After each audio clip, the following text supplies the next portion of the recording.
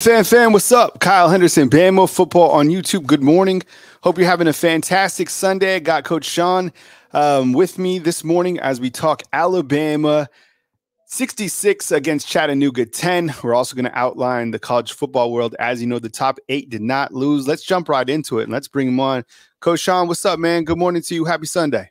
Happy Sunday, man. How you doing? How you doing? I'm doing amazing, man. Let's dive right into it. Alabama 66, Chattanooga is 10, and some major takeaways from yesterday. Let's start right away with the play of Jalen Milroe, setting the tone from the very first play of the game.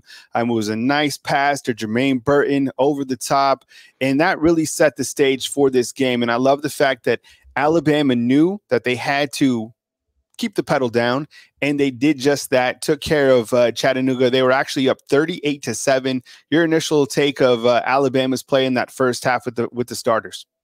I think we played very, very well. I love the game script. I love the play calling by Tommy.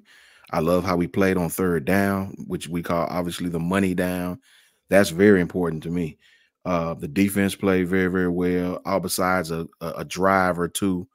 I'm not satisfied with giving up 100 yards to the young man. I understand he had a lot of volume. I think he had 20 carries, maybe over 20 carries, maybe. But as far as the game script on the offensive line played well. Every facet of that game, including Jalen Milroe's intermediate passing game, finding the open receivers, letting them get in a rhythm. Everything was awesome. Everything was awesome. And they've put together these drives over the course of several games. That's what's promising. We fell asleep a little bit on defense, but I told the guys last night, I can live with that. I can live with that because these games like Chattanooga for the players are very difficult to get up for. You lose focus during the course of the game. You're up big. It's normal just to lose focus. So I'm extremely satisfied with what I saw. Yeah, I think when you look to key takeaways from this game yesterday, I mean, look, it was what it was, and Alabama was expected to win this game in large margin, and they took care of business and they controlled every single quarter. That's what you want to do in something like this, in a game like this, because you couldn't have any sort of snafu or whatever. They took care of it. Caleb Downs at punt returner steps in for Kool-Aid after Kool-Aid fumbles the football, and he returns the punt 85 yards for a touchdown. What was your take on Caleb Downs returning punts? And do you feel that having a marquee starter now returning punts for Alabama and Caleb Downs is clearly he has that playmaking ability, but sometimes there's another venue of people that said they don't want a key contributor returning punts because of whatever. What's your take on Caleb Downs, and do you like him returning punts? Man, listen, I said several shows ago that it's a confidence thing with Kool-Aid. You could tell it's a confidence thing. Coach Saban verified those exact words. With Caleb, it's not a confidence thing. This kid is full head of steam go. He's looking to make a play. He's looking to catch the ball, to field the ball in proper fashion. He's looking to make a play. I can understand the fans concerned about a key player on punt return, but if you look at Coach Saban's history, that's what he's always done, dating back to Javier Arenas. He was a starting corner, catching punts. This is what he does. This is what he does. But I do remember when Vinny Sunseri got hurt on a special teams play. I'm not sure if he was making a tackle or fielding a punt. I can't remember what exactly play it was, but I remember Vinny losing him, a starter, an important starter on punt returns. And it does make you wonder, all these great athletes we have, why put one of your best on special teams in that type of fashion? But the guy's a playmaker, man. We cannot deny that. Look at this guy.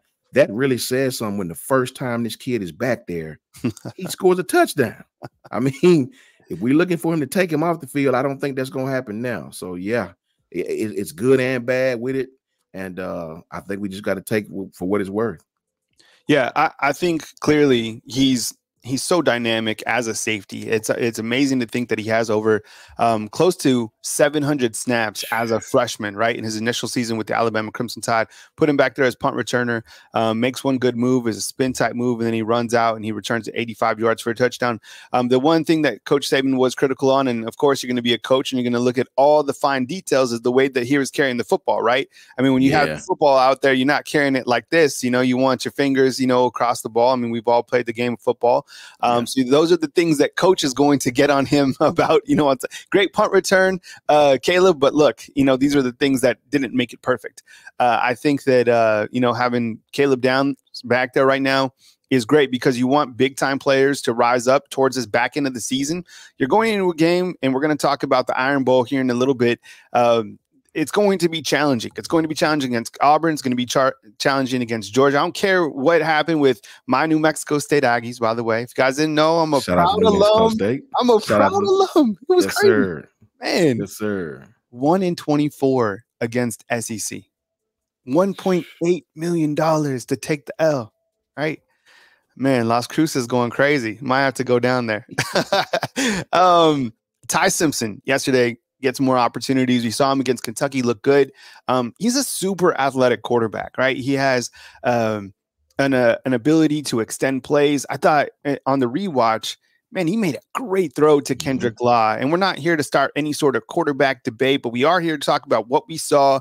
And we could potentially talk about, the future, what it means for Ty Simpson, because clearly, Simpson did a good job, and he had a 78-yard run where he dropped the football right before the Plains, and that's another learning experience. Coach Saban was like, do I even have to comment on that? It's like, you know what I'm going to say, right? You hand the ball to the official, but overall, your take on Ty Simpson and what we've seen from him so far. Listen, Ty has played extremely well. In the amount of time that young man has came in and played the game, he's did exactly what I expected him to do. Ty's going to be a hell of a player, man. The guy's a pure passer. I said in the beginning of the season, I thought Jalen Milroe would start because of his experience. And, when coordinators come to Alabama, they really run the same structure that Coach Saban wants them to run. So I knew Jalen would be well-versed and have a leg up in that regard, being Ty was so young and learning the offense. But now, toward the end of the season, you see what this guy can do. And as far as him dropping the ball, listen, I told the fans last night, this is a coach's son. That young man was probably just super excited. That you'll never see that again from Ty. Trust me. This kid was, if you look at him, he was excited, man. He was excited. He made a big play. He just was excited, man. So that'll be something. If you look, he was sick afterwards for doing it. That'll be something Ty will never do again. Great things coming from Ty. Great things coming from even the young man behind Ty, Lonergan. So the future is exceptionally bright for Alabama. Trust that. And when you look to the Alabama quarterback position going forward, you have Jalen Milroe, who, I would, in high confidence, believe he's coming back for next season. Then you have Ty Simpson. You have Dylan Lonergan, who we saw yesterday come in. I know it was a small sample size, but then you look to Julian Sain coming in. You have Eli Holstein. That quarterback room certainly has so much talent when you start to look down the road. And of course, look, different things are going to happen. You have Tyler Buckner still on the roster. So there's going to be some moving parts, as there always is at the end of the season. But in terms of having a quality quarterback for the next several years, clearly Alabama has that. And I think it's been good to see the development of some of these younger quarterbacks, because we haven't got to see too many opportunities from Ty Simpson, from Lonergan. So, did you see anything from Lonergan that stood out to you? He had 2 completions yesterday, 2 attempts. Anything jump out from him, or, any other comments regarding the quarterbacks, Coach? Yeah, I did. He has an extremely strong arm. This kid has a big arm, man, big arm. But he's young. First read, he letting it go, whether they open or not. This kid is going to be very, very good too. Extremely accurate, extremely big arm. So I think the sample size was very, very, very small, but the arm strength is definitely there. You can believe that. I'm just super excited about Ty. If Jalen comes back, great. If he doesn't, I think we'll be in great hands. I know a lot of fans talk about Julian Sain, and Julian Sain is probably going to have a great career, but Julian Sain is a high school quarterback. This young man has not played any college football yet. 100%. They all look great in high school, right? So Ty is next up, believe that. Yeah, 100%. And another piece of news that I wanted to bring is Devontae Smith had 4 tackles yesterday. Why is this important? Well, number one, if you haven't been following along, and I say this every time because people still trip out, and they'll say it inside the comment box after I say this, Alabama has another Devontae Smith. 100%. He plays on the defensive side of the ball. and he plays safety. And in my opinion, he probably would have been the starter if he didn't get hurt at the beginning of the season. Came back, and he's now 100% healthy. Saw him a little bit against Kentucky, had 4 tackles against Chattanooga. Why is this important? Well, Jalen Key, who we did see yesterday as well, was dealing with some sort of a quad injury, and I think having quality depth back there is vital to that secondary as you start to get to this postseason part of the season. I think it's really important to see Devontae Smith back there, and I was really excited for him to get on the field in 4 tackles. And what's up, champs? Green, I see you inside the comment box, and thanks to everybody, Eric D, David, Al Sanders. I know a lot of people, hype up Coach Shawn as well, and I'm glad that you guys are with us this beautiful Sunday morning. All right, Coach. So as we kind of turn the page to the Iron Bowl, and before we talk about the Iron Bowl, let's kind of go over some storylines in college football. And as you know, that top 8 that we've been watching, here's some storylines that really stood out to me. I'll kind of read through them, and then you guys can give us feedback inside the comment box. I will take your calls today, probably around the 10:30, 10:35 mark. You got to get Coach Shawn out. But let's just kind of go over the top 8. I'll kind of go through this graphic real quick, and then we can kind of go back and forth, Coach. As you know, Georgia defeats Tennessee 39-10. We can talk about that. Ohio State with a big win over Michigan State 38-3. Michigan survives Maryland and Talia Tagovailoa. As you know, Jim Harbaugh out. Florida State 58. North Alabama 13. Jordan Travis injured. Washington 22. Oregon State 20. Penix balled out with 3 touchdowns. Oregon 49. Arizona State 13, Texas 26, Iowa State 16, and then Bama 66, and then you have Chattanooga 10. Coach, your initial take from the board right here as you look at the top 8. My initial take is, you watch, they're going to let Washington jump Florida State. Not even necessarily because of the injury.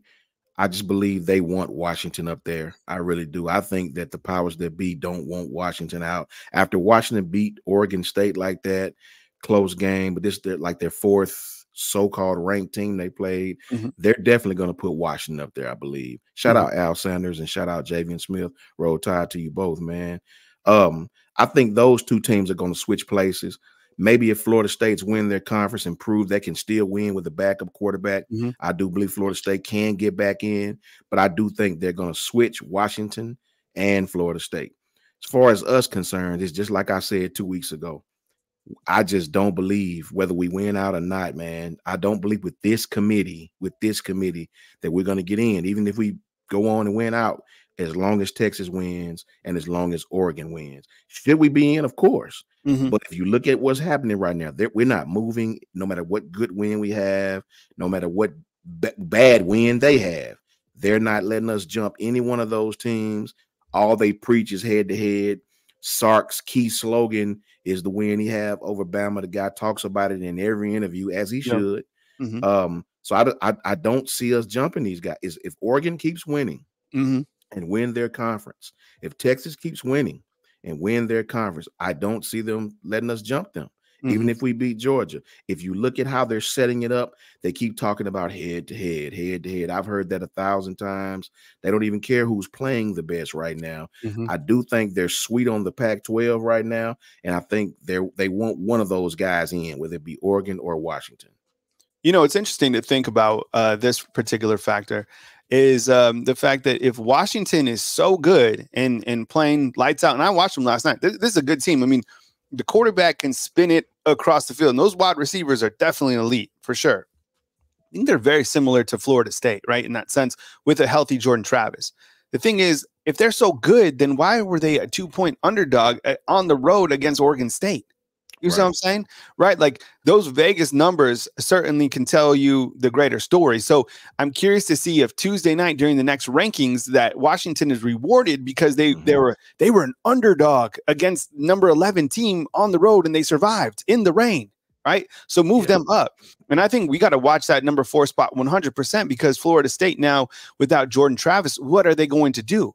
And I think this should certainly come up on Tuesday when these guys are meeting, is they say every single week is a clean slate.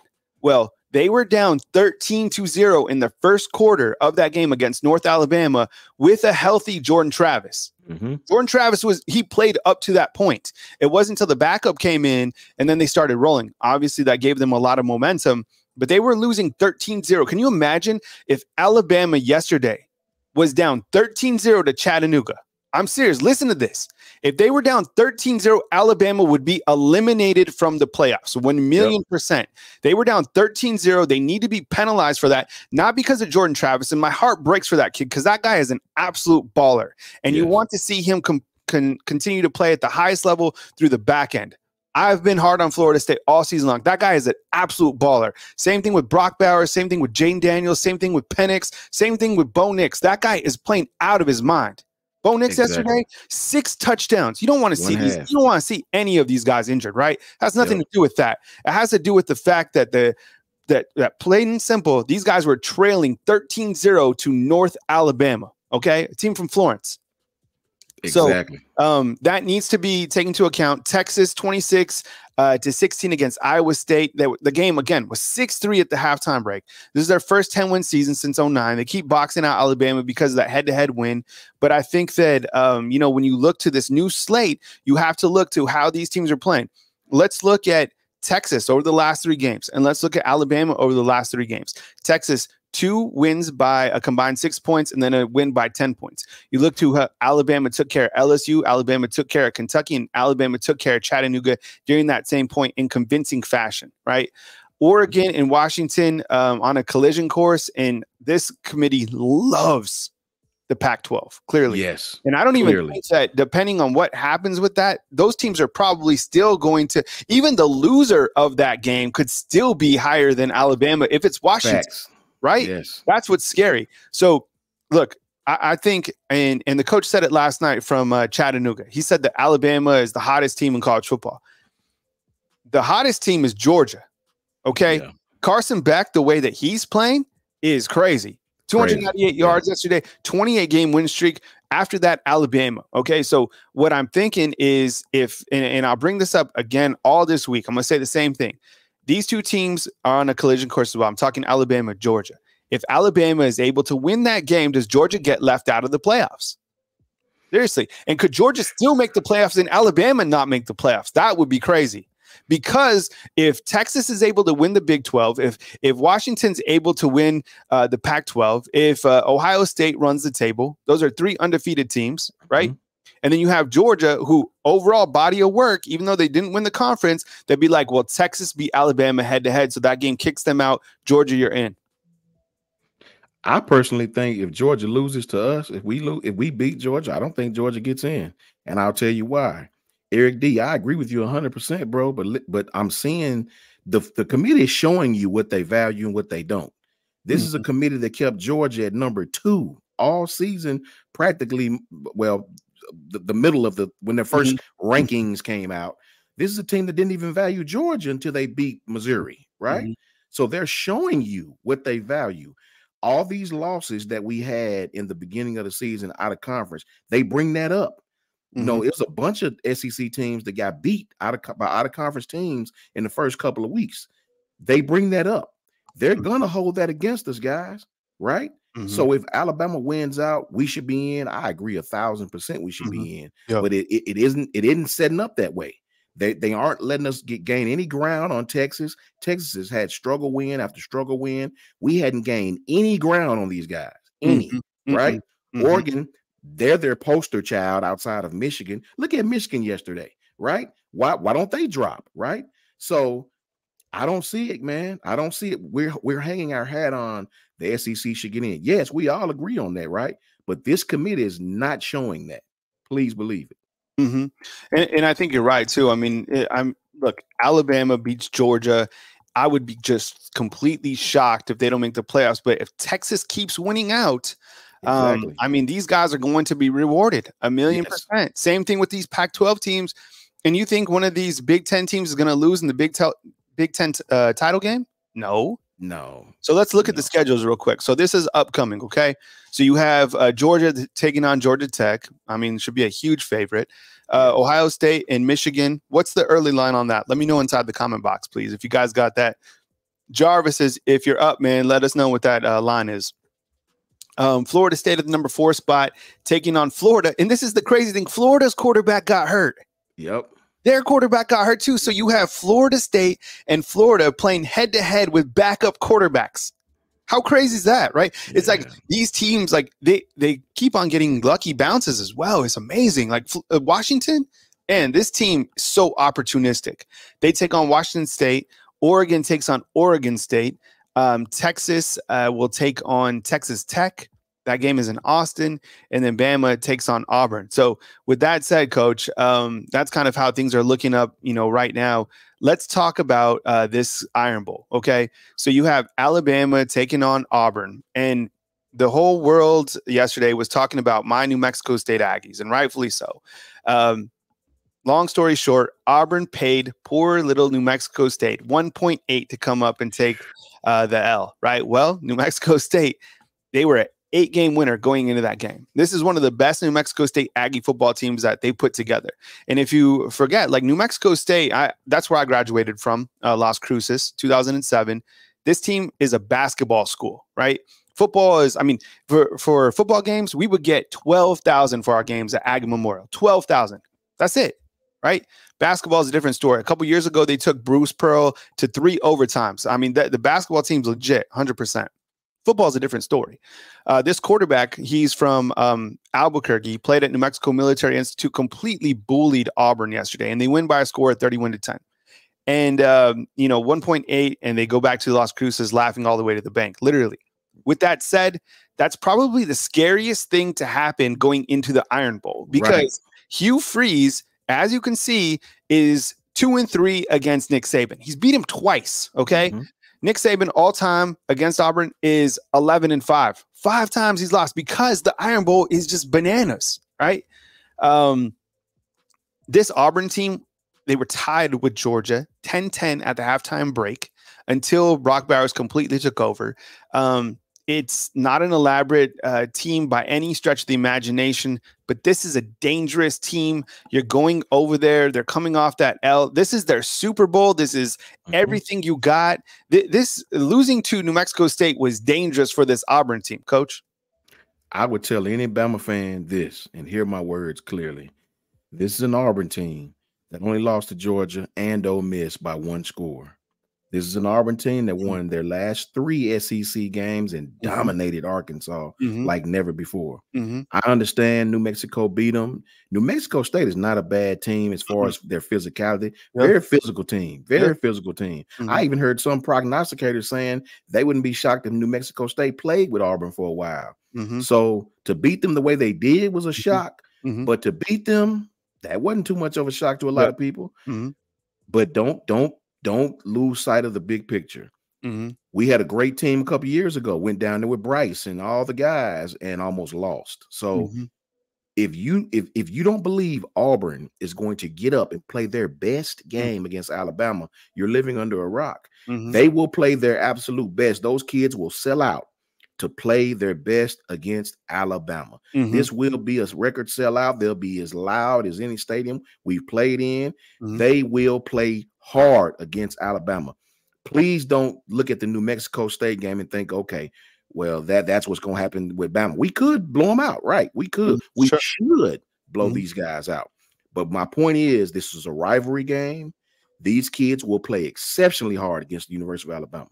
Yeah. And I think another thing to add on to that is you look at the last couple games against Auburn, and you look to the fact that a lot of these guys that are currently leading Alabama's offense haven't played in a game like this, at least been starters. It's a completely different atmosphere. First time I went to Jordan-Hare, I was blown away just because that environment is built to just have weird things happen. You've seen players completely ball out. Remember Bo Nix? A couple years ago, played the game of his life. That seems like 7-8 years ago, but he beat Alabama head-to-head. I saw Kevin Steele one time as a defensive coordinator beat Alabama, right? So Alabama is a large favorite. They know what's on the line. It's an elimination game to get into the playoffs, to get to that. They're already the SEC champs, right? Or the West champs. But going in this game, there's a lot of margin for error. You can't just think that because they lost to New Mexico State that you're just going to waltz in and, be able to take care of Auburn just like that. I think it'll be a very challenging game for Alabama overall. It's another SEC game, and Auburn has been weird this year. They won 3, lost 3, won 3, exactly. then they lost, right? It's been kind of up and down. And when I watched them play against Georgia, they gave Georgia problems. I mean, they're physical. And like you said, New Mexico State, I was really surprised last night how physical they were. The Aggies were like a physical team, and they utilized their tight end across the middle with short intermediate passing. And the quarterback, he's super athletic, and he picked up a couple first downs. And I mean, I was pretty pumped to see my Aggies roll. Al Sanders had an exceptional comment. He said, clear-cut case of preparing for Bama before the play of New Mexico State. That I agree with that 1,000%. These guys were clearly looking ahead to Alabama, clearly putting a lot of emphasis on stopping them in practice. I mean, it's clear to play that bad against New Mexico State. They definitely putting all their eggs into the Alabama basket. Yeah. So, you know, don't be shocked if these guys come out and fight. Really fight. Yeah.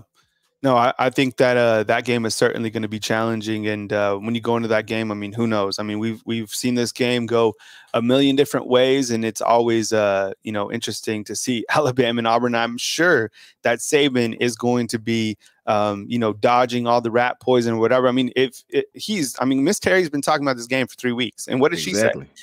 Everyone's been hyping up Miss Terry this year, and rightfully so. But what did Miss Terry say 3 weeks ago? She said that Auburn's going to be tough. She said that, right? And he was like, don't, that's rat poison. We're focused on one game. She's right. Auburn's going to be challenging no matter what's going on. Anything else, Coach, before we wrap you up here? And I'm going to get Coach out, and then I'll take your calls. So, Coach, any other final comments when you look at the board right here? Anything else stand out? Just all the fans, just really don't get too overhyped against Auburn. We went down there with Bryce. J-Mo had I think J-Mo may have gotten when he hit the guy, I think he was suspended for the game or the half or whatever it was. Went down there and Mechie. The pass to Mechie is why we won that game. Right. So that team was supposed to be so bad at Auburn. Went down there fighting for our lives, man. So don't get it twisted, man. It's still football. Never measure a game, especially a rivalry game, by what a team done against another team. We should beat them without a shadow of a doubt. Under 99% of the time, Alabama should blow this team out, right? But just like Kyle said, a lot of wonky stuff going on in this stadium, man. So let's root for our Tide. Let's pray for the best. Look to the bigger picture and roll Tide to everyone out there, man. I appreciate you all. Coach Shawn, thank you so much, man. I appreciate you joining us on Sunday. Have a fantastic day and enjoy the rest of your day, and we'll catch up with you on Monday night with the coaches. No problem, man. I appreciate it. Roll Tide. Appreciate you, man. Thanks, Coach. All right, that was Coach Shawn. My name is Kyle Henderson of Bama Football on YouTube. Hit the thumbs up, like, subscribe. Give me 1 minute. I'm going to connect the call line, and I'll take your calls. Today, when you guys call in, let's keep it, you know, make your point. Let's get to it, and let's get a bunch of calls rolling through. I'll be here for a while. I'm here for you. I'm here to talk college football. So give me 1 second. Be right back. Connect the call line. I'll be right back here on Bama Football on YouTube.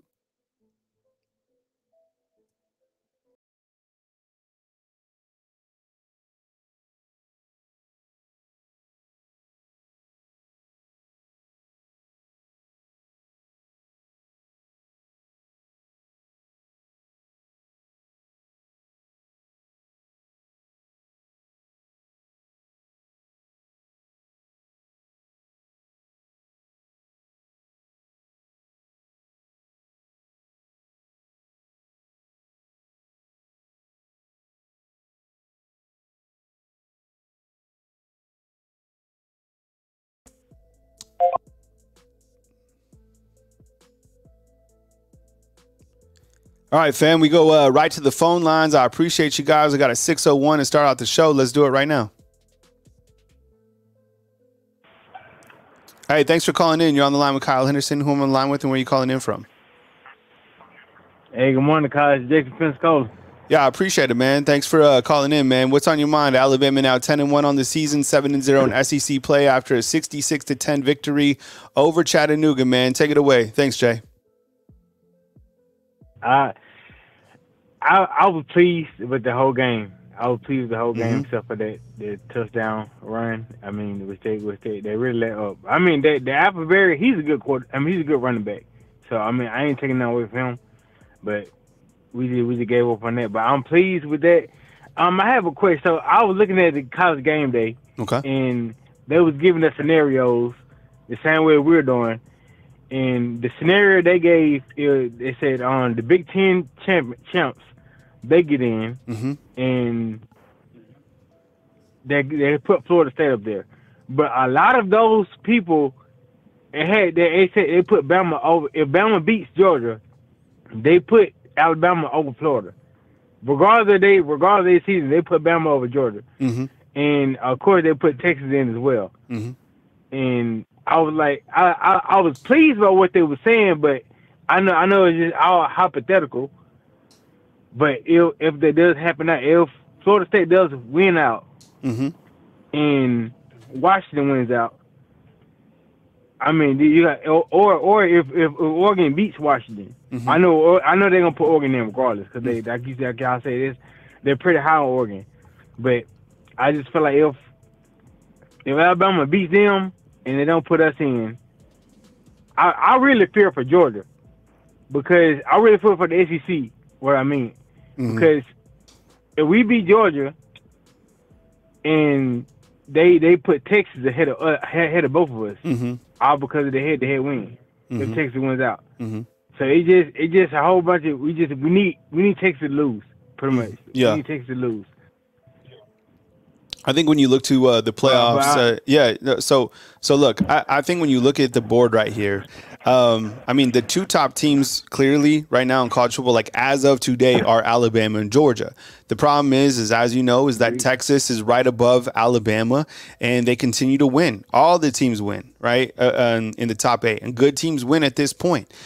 I heard yesterday, and I'm sure you guys heard too, if you guys were listening to that Washington and Oregon State game, Kirk Herbstreit was going on and on and on about the season and the grind of Washington and how they've been able to survive week by week. And I was thinking at the same point, I was like, my goodness, think about the gauntlet that Alabama went on, because he said gauntlet for Washington. I don't know how much a gauntlet is against USC, a team certainly on the ropes. Even Dan Mullen said yesterday, he was like, are we talking about, Chip Kelly being on the hot seat? Maybe on the hot seat should be Lincoln Riley. I mean, you have all the weapons, all that talent at USC and just underperforming. I mean, if anybody has played the gauntlet, it's certainly been Alabama. And, you could even list up Georgia. I mean, they just went on their 3-game, gauntlet, and they took care of business against Missouri, Ole Miss, and Tennessee, all ranked teams in the playoff rankings. I know Texas has had a tough schedule. That's what a lot of people also like. And somebody in the comment box just said, I think a lot of things changed because of the fact that Jordan Travis just got hurt for Florida State. How are they going to add that into the equation? Because that is now a completely different team that only has one marquee win this season. They are living off that LSU win in week 1, 100%, right? And now without one of the best quarterbacks in college football, what are they going to do? Now going into this game against Florida, the quarterback for Florida, he gets hurt as well. So you have 2 backup quarterbacks playing in the swamp. I think Florida State has enough talent to win that game. The quarterback was actually pretty serviceable and had that team rolling. But this is a different team without Jordan Travis. And, they're going to have Florida and then Louisville in the title game. But look, this committee loves the Pac-12. In Oregon, with the style points that they keep accumulating week by week, and in that impressive win over Arizona State with Bo Nix playing like he is, man, this team loves Oregon. So if Oregon's able to take care of Oregon State again, and if they beat Washington, man, it looks bleak. And we know that the only route for Alabama really is for Alabama to beat an undefeated Georgia. Clearly, Georgia's going to be undefeated when those two teams play. So you can't even think ahead of that because you have to take care of Auburn. But it's hard not to talk about when Alabama's still at number 8. I mean, you want the playoff rankings? Here they are. They're not going to move these teams. I mean, I guess the only thing they could do is move Washington up, which continues to hurt Alabama's chances because Oregon's right there. You could theoretically go Georgia, Ohio State, Michigan, Washington, Oregon, Florida State, Texas, and Bama, right? That's, right. The rankings certainly go like that. Anything else, Jay, before I move to my next caller? I just want to be positive and being real. If Alabama did not make it in. The one thing we can say, we won the SEC championship. Just being real, because if Oregon does beat Washington by about 2 points, it still doesn't bode well for Alabama. Yeah. So I mean, the best thing we can do this season is win the SEC championship, because the committee doesn't like SEC in general. Because we've been on top for the past 10, 12 years. So I mean, we want to see what plays out. But I appreciate you taking my call, Kyle, and roll tide today. All right, man. Take it easy. All right. Thanks, Jay, for calling in. This is a good question. Eric's saying, Kyle, why would Washington move up if they won by 2 points? Because this group loves the Pac-12. The Utah AD sits on the board. So does the Nevada AD. These guys love the Pac-12. They've talked about it all season long. Kirk Herbstreit has bought into this Pac-12 love as well. I love Kirk Herbie. You know, I mean, I've been following. He's been posting about his dog recently, his big old golden retriever. But man, I just don't agree that they have had the same type of schedule as the SEC. You know, I feel that an SEC team being left out, you know, it doesn't seem realistic, but I don't know. With all these teams winning, and think about this too, Ohio State or Michigan could still get in the playoffs because they'll be only a one-loss team as well. There's a lot of teams. We're in the playoffs right now. How are they going to get the top 4 team? I don't know. All right, we go back to the phone lines with the 251. Hey, what's going on? You're on the line with Kyle Henderson. Who am I on the line with, and where are you calling in from? Hey, Kyle. My name's Matt from Mobile. Sometimes I go by Mattress Matt. All right, man. What's up, man? I appreciate you joining us, man. Welcome to the show. Take it away. You know, I hear, you know, I think and I know this sounds like a broken record, but the Bama fatigue thing, you know, I think it's a real thing. Mm-hmm. And I think it's strong. It's stronger than it's ever been. Mm-hmm. It almost seems like Bama is so powerful that they almost control like the weight of the metrics themselves. And so it's like you were talking about head to head. Head to head is so important this year because Bama's involved in that head to head discussion. Mm-hmm. Usually, head to head has always been every single year. This is the first year where head to head is such a heavy metric. Yes. Usually head to head is only an outlying factor when you're comparing 2 equivalent resumes. Mm-hmm. And so let's assume Texas and Bama went out at the end of the year. Yep. You're gonna have a Bama team who's beat the number 1 team in the nation. Yep. And who has also beaten 4 other ranked teams. Mm-hmm. And then you're going to have a Texas team who's lost against a poor team in Oklahoma and has had a very weak conference championship. Mm-hmm. So when you're comparing Texas and Alabama's resumes at the end of the year, Alabama will have an overwhelmingly more impressive resume. 100%. And so that has always been in the past, that in the past, every single year since the committee began, that's how it's been done. You compare the 2 resumes, and if they're equal, then you take the head to head. But Alabama will have an overwhelmingly better resume than Texas. And so that takes that early season head to head out of being a factor. Mm-hmm. But for some reason this year, it's like head to head is like the biggest thing that's ever existed. Mm-hmm.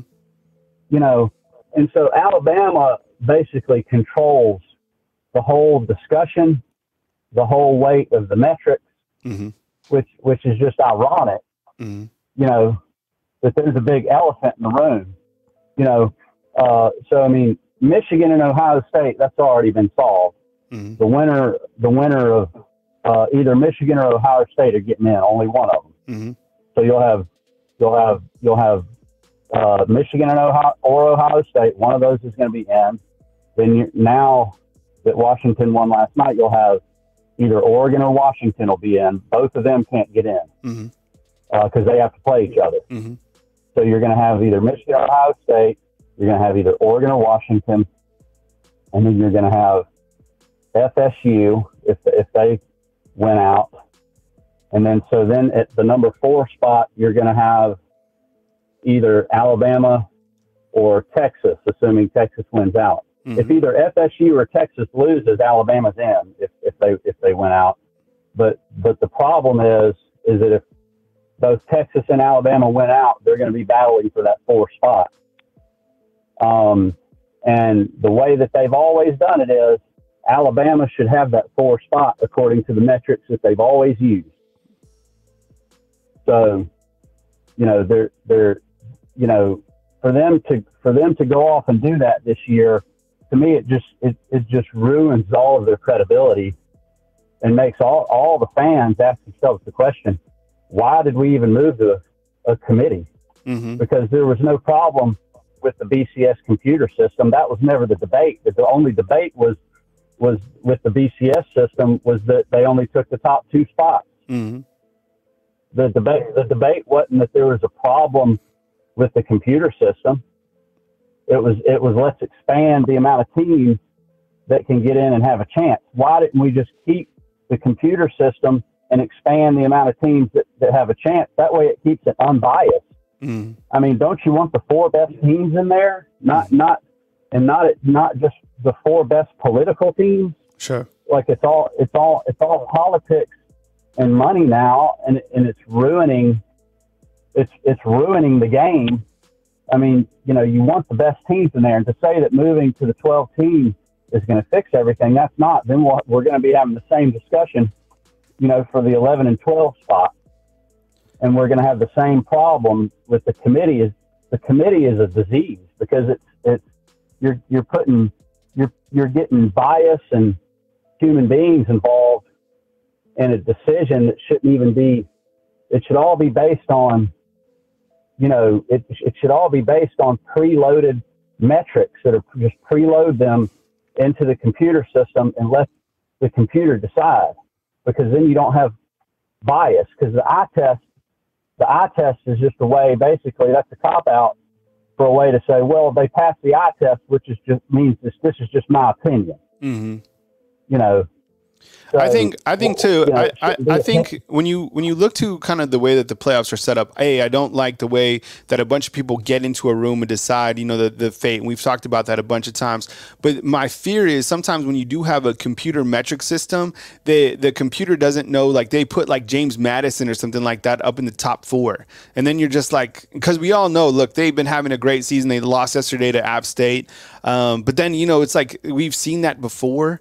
But the problem is here, Matt, and I appreciate the call, is the fact that all these teams don't have the same type of, the conference schedules. They don't have the same type of teams. And so the formulas get all mixed and matched. Like the teams, for example, in the Pac-12, they just play the 1 and 2. Same thing like in the Big 12. They don't have, divisions like in the SEC, right? So it makes it way complicated to try to rank these teams. And the other thing that we definitely know, Matt, is this, like you were pointing out, the schedule, the strength of schedule, okay?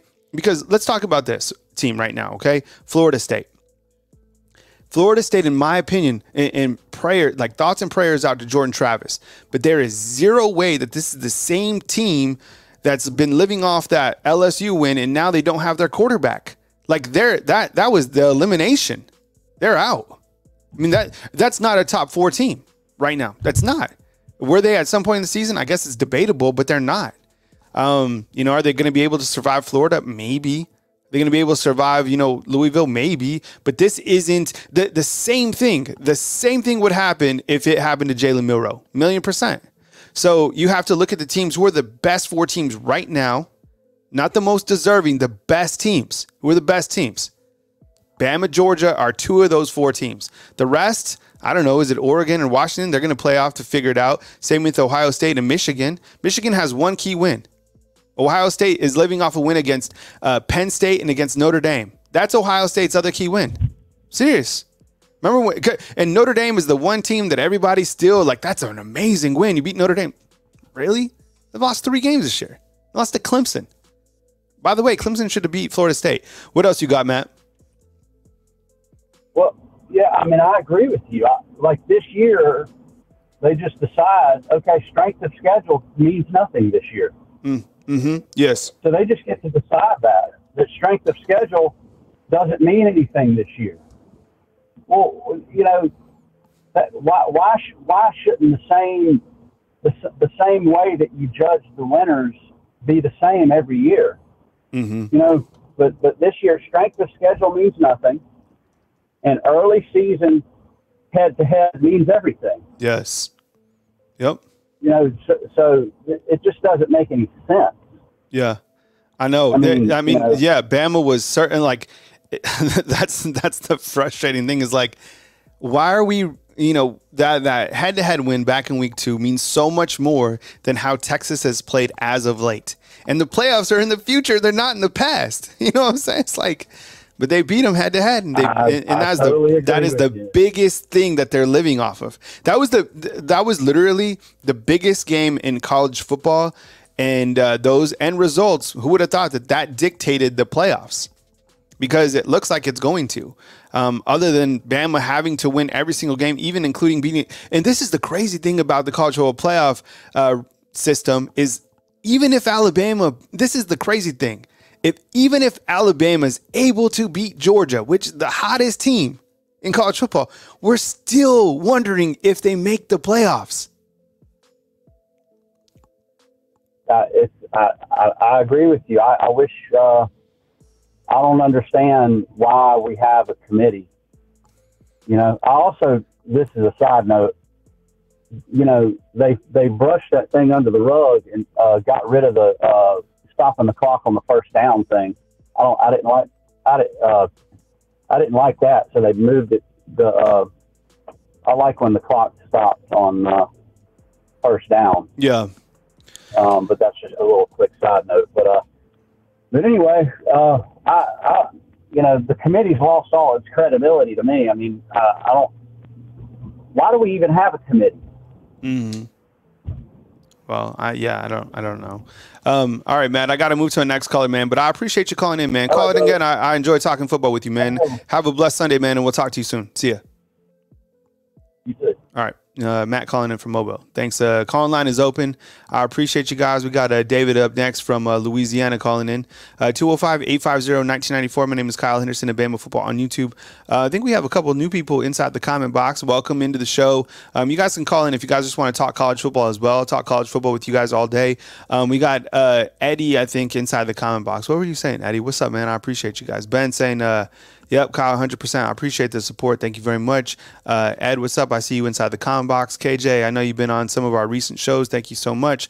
Gelato, same thing, man. He's saying just recently that Georgia looks incredible. 100%. I mean, that team is playing at a great level. Carson Beck playing out of his mind. That quarterback is doing so good. All right, real quick. He's saying how did guy get from Las Cruces to Bama? All right, long story short, I grew up in Santa Fe, New Mexico. From there, I went to college in Iowa. I went to Central College. If you guys know where that is, drop it inside the comment box. And then I went back to New Mexico and then did some, I worked for a company in Los Angeles, just outside of Redondo Beach and Torrance. Then I moved back to New Mexico, finished up schooling at New Mexico State, started my own business for 12 years covering New Mexico high school football.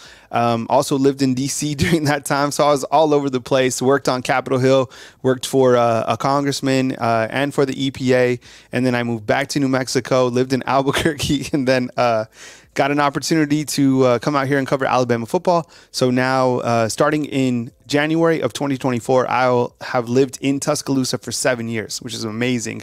You know, time flies. So, yeah, it's pretty crazy. So Las Cruces was amazing. Had a lot of great memories there, and the food is crazy because it's like it's Mexican food because it's closer to Mexico, right? You have Las Cruces, El Paso, and then literally Juarez, Mexico.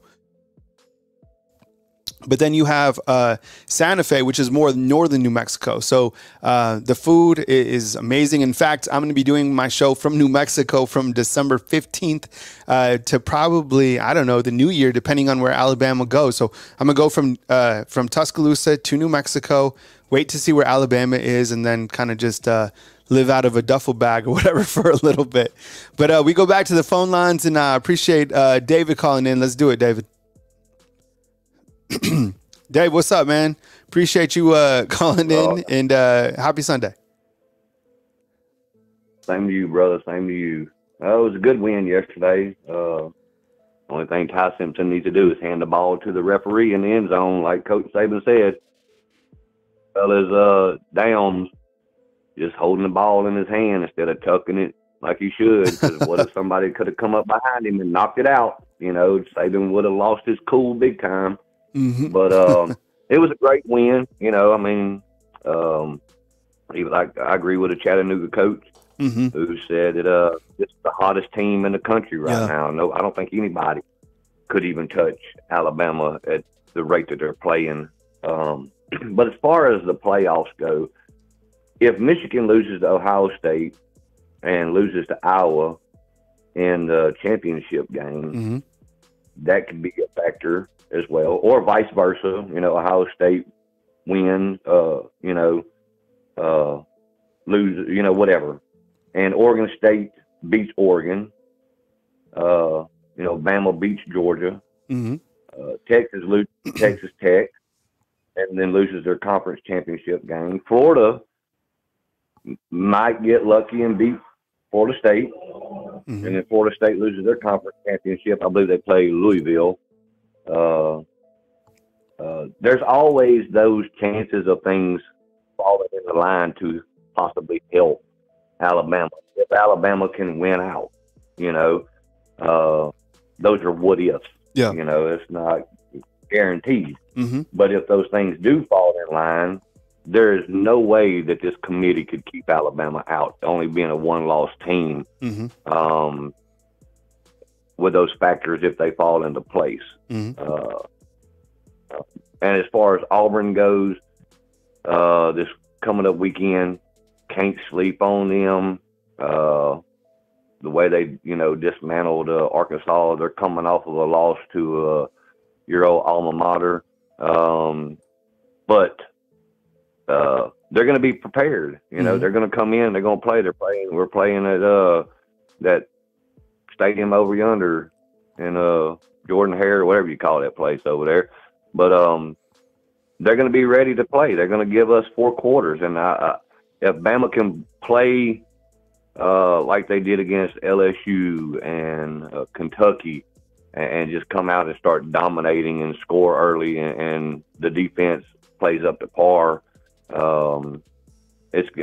we could possibly win, 21 points, 28 points, whatever. It's a possibility. Because the way the offense is playing and the defense is playing, yesterday, we gave up 10 points. But I heard Coach Saban mention something about how the competition level was just not an enthusiastic for the team at sometimes on defense. They gave up some big plays at times, but in bigger games, it seems like they play a lot more physical at times, And I agree with what Coach said. And this is a big game. And then, we got 2 weeks to prepare for, actually a week to prepare for Georgia. And the way Georgia's playing, it's going to be a tough game, that Carson Beck, he's lights out at times. He's a really good quarterback. Yeah. And he ain't scared to run the ball either. So we're going to have to keep our eyes on him like we did with LSU with Jaden Daniels. We're going to have somebody keep an eye on him. And if we can get some sacks on him and pressure on him, then that might change things, because from what I've seen, Georgia has not played the level of defense like Alabama has right now going on. And the offensive line of Alabama has just been really, really, really good. They have been given, a lot of time, a lot of protection to Milroe, and that makes a big difference, you know. And I'm not taking anything away from Georgia's defense. Georgia's got a good defense, and this is going to be a different beast that we've went against, you know. Yeah, they throttled Tennessee last night, but Tennessee is a deflated team right now. They haven't, you know, won in a couple weeks and stuff. You know, it's just whenever you're down like that, it's hard to get back up. You know, if Tennessee was an undefeated team right now, it's probably been a different game. You know, I did watch that Washington game last night with Oregon State, and that was a close game, very, very close game. The Michigan game with Maryland. To me, personally, Michigan is not the team that everybody's saying they are. To only win by 7 points against a 6-4, now a 6-5 Maryland team. Come on now, give me a break. You know, there was a lot of close games last night, and I understand Oregon State was in the top 15, you know, last night when they went against Washington, but to only win by 2 points. And I think the weather had a factor, you know, at times. There was a lot of fumbles and stuff like that went on, but it was a good game. And I think Washington can stumble, you know, Oregon can still stumble. Florida State can still stumble against Florida. You know, I think they're playing in the swamp this year. So it's going to be, and they lost, you know, I hate that Travis got hurt and is out for the rest of the year. And, but I believe Alabama still has that small window to get in if they can win out and the cards fall in place. Like I mentioned, you know, Michigan loses, you know, 1 or 2 more games, or, you know, whatever. There's always that possibility. But if it doesn't go that way and Alabama still wins out, it's like Coach Shawn said, and I agree 100% with him, and I've even said it a couple of times in the comment box, that this committee does not want an SEC team in the playoffs. Because if Alabama beats Georgia, they're going to drop Georgia out of the top 4, in my personal opinion, because they want those Yankee teams in to the playoffs. They're tired of seeing SEC in and winning year after year after year after year. They're trying to change it up, in my personal opinion. But I might be wrong. But I just feel like, in my opinion, that's what this committee is wanting done.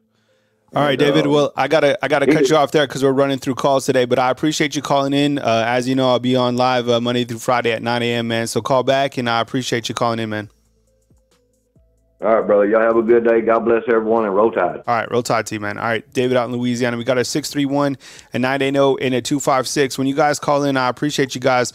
Let's chop it up, make your point, and then let's fly through the calls so we can continue to get the show rolling. I appreciate you guys for joining. My name is Kyle Henderson of Bama Football on YouTube. Thank you very much for joining in today. Let me run through the storylines because I think there's a couple people that have just joined in today. So this is the top 8. And as you know, the top 8 did not lose last night. So hit the subscribe button, and if you want to become a fan funder, go up to the YouTube channel and hit the join button. It's right next to the subscribe button. I appreciate you guys. You guys have your full-time job. I have mine. Mine is right here on Bama Football on YouTube. Georgia 39, Tennessee 10. Carson Beck on fire, like David just said, to 298 yards. Georgia's on a 28-game win streak. I can't even believe that they were number 2 to begin with there for a while for the committee. Ohio State 38 to Michigan, and like David was saying again, you know, like this committee loves the Big Ten and they love the Pac-12, 100%. Michigan 31, Maryland 24. Jim Harbaugh continues to be out. More stuff continuing to circulate around that. And then the game was tight. Talia Tagovailoa had some opportunities late in that game, didn't come through with it. Florida State 58, North Alabama 13. Now, the biggest takeaway for that was 100% the story surrounding Jordan Travis. And I think that is certainly going to impact Florida State. How could it not? The guy was playing at such a high level, just like all these quarterbacks are that have been performing at a high level. Hate it. Prayers for that kid. what he's done with those wide receivers has been outstanding. I just don't feel that they've played a really strong schedule. I'm curious to see how they go against Florida, considering that Florida's quarterback went out yesterday with a collarbone injury. Washington yesterday survives Oregon State, and I think Washington is going to potentially jump Florida State because of the fact that this is the craziest thing, they were underdogs on the road. If they're so good, you should never be an underdog, right? In the back end of the season, and they're able to beat Oregon State 22-20. Penix throws for 3 scores. They're riding an 18-game win streak. Oregon, the committee loves Oregon. Loves them. 49-13 against Arizona State. Bo Nix playing out of his mind. 404 yards passing, 6 touchdowns. Number 1 offense in college football. They continue to just put up a ton of points. Texas 26-16 inside the comment box. A lot of people saying that Texas is not the same team that they were at the beginning of the year.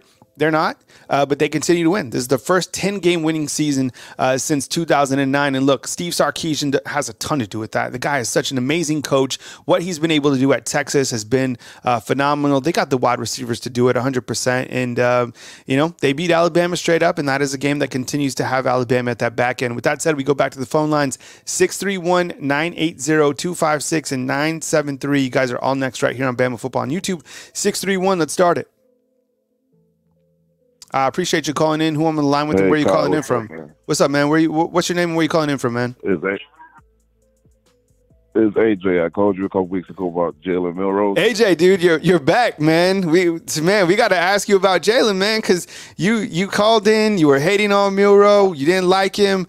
Dude, Milroe's been balling out, man. I need to hear some feedback on it because, look, this kid has been playing at a high level, man. I'm going to give you an opportunity, AJ. You got to spit it, man. So welcome in the show, and let me know your take, man. After a couple weeks, are you on the Milroe train or are you still off? I am nowhere near on any Milroe train ever. I still think he misses more passes than he should. He's playing adequately, which he should have been doing all season. I think we're more impressed that he's actually playing adequately. He's not playing great football. He's not. We all know he's athletic. He should be putting up huge numbers if he was actually a good quarterback. He's playing adequately. He has a great team around him with a lot of talent, and I think the offensive line is playing a heck of a lot better, and I think that's the biggest change.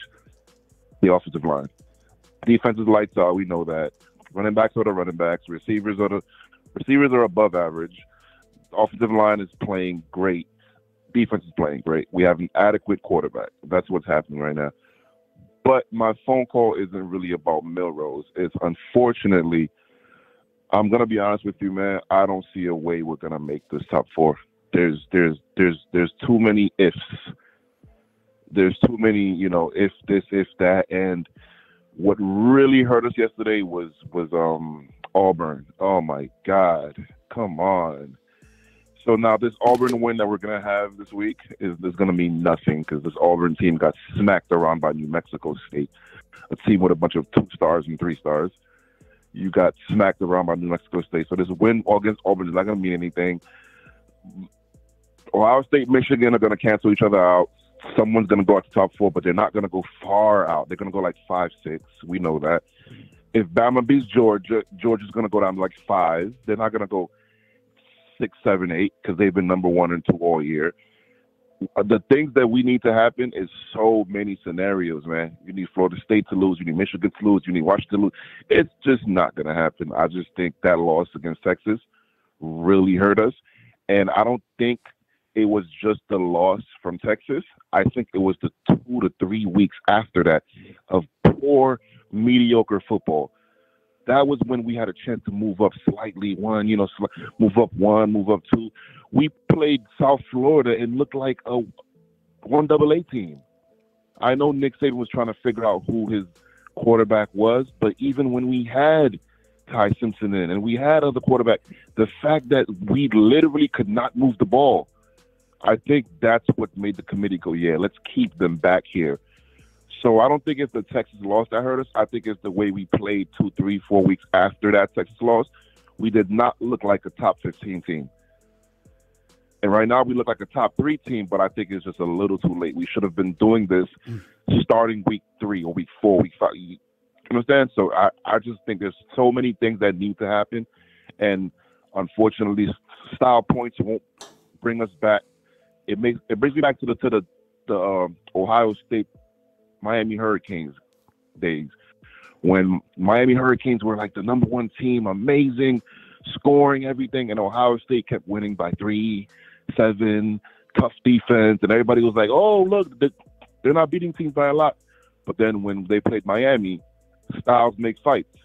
Mm-hmm. Styles make fights. Miami got punched in the face. Miami punched back, but it was just styles make fights. Just because Michigan is not blowing everybody out doesn't mean when you line up against them, you're going to blow them out. You know what I'm saying? Styles make fights. So it's just, I don't think this year's the year. I would love to see it. I think Bama would win, honestly. I think Bama is the best team in the country right now.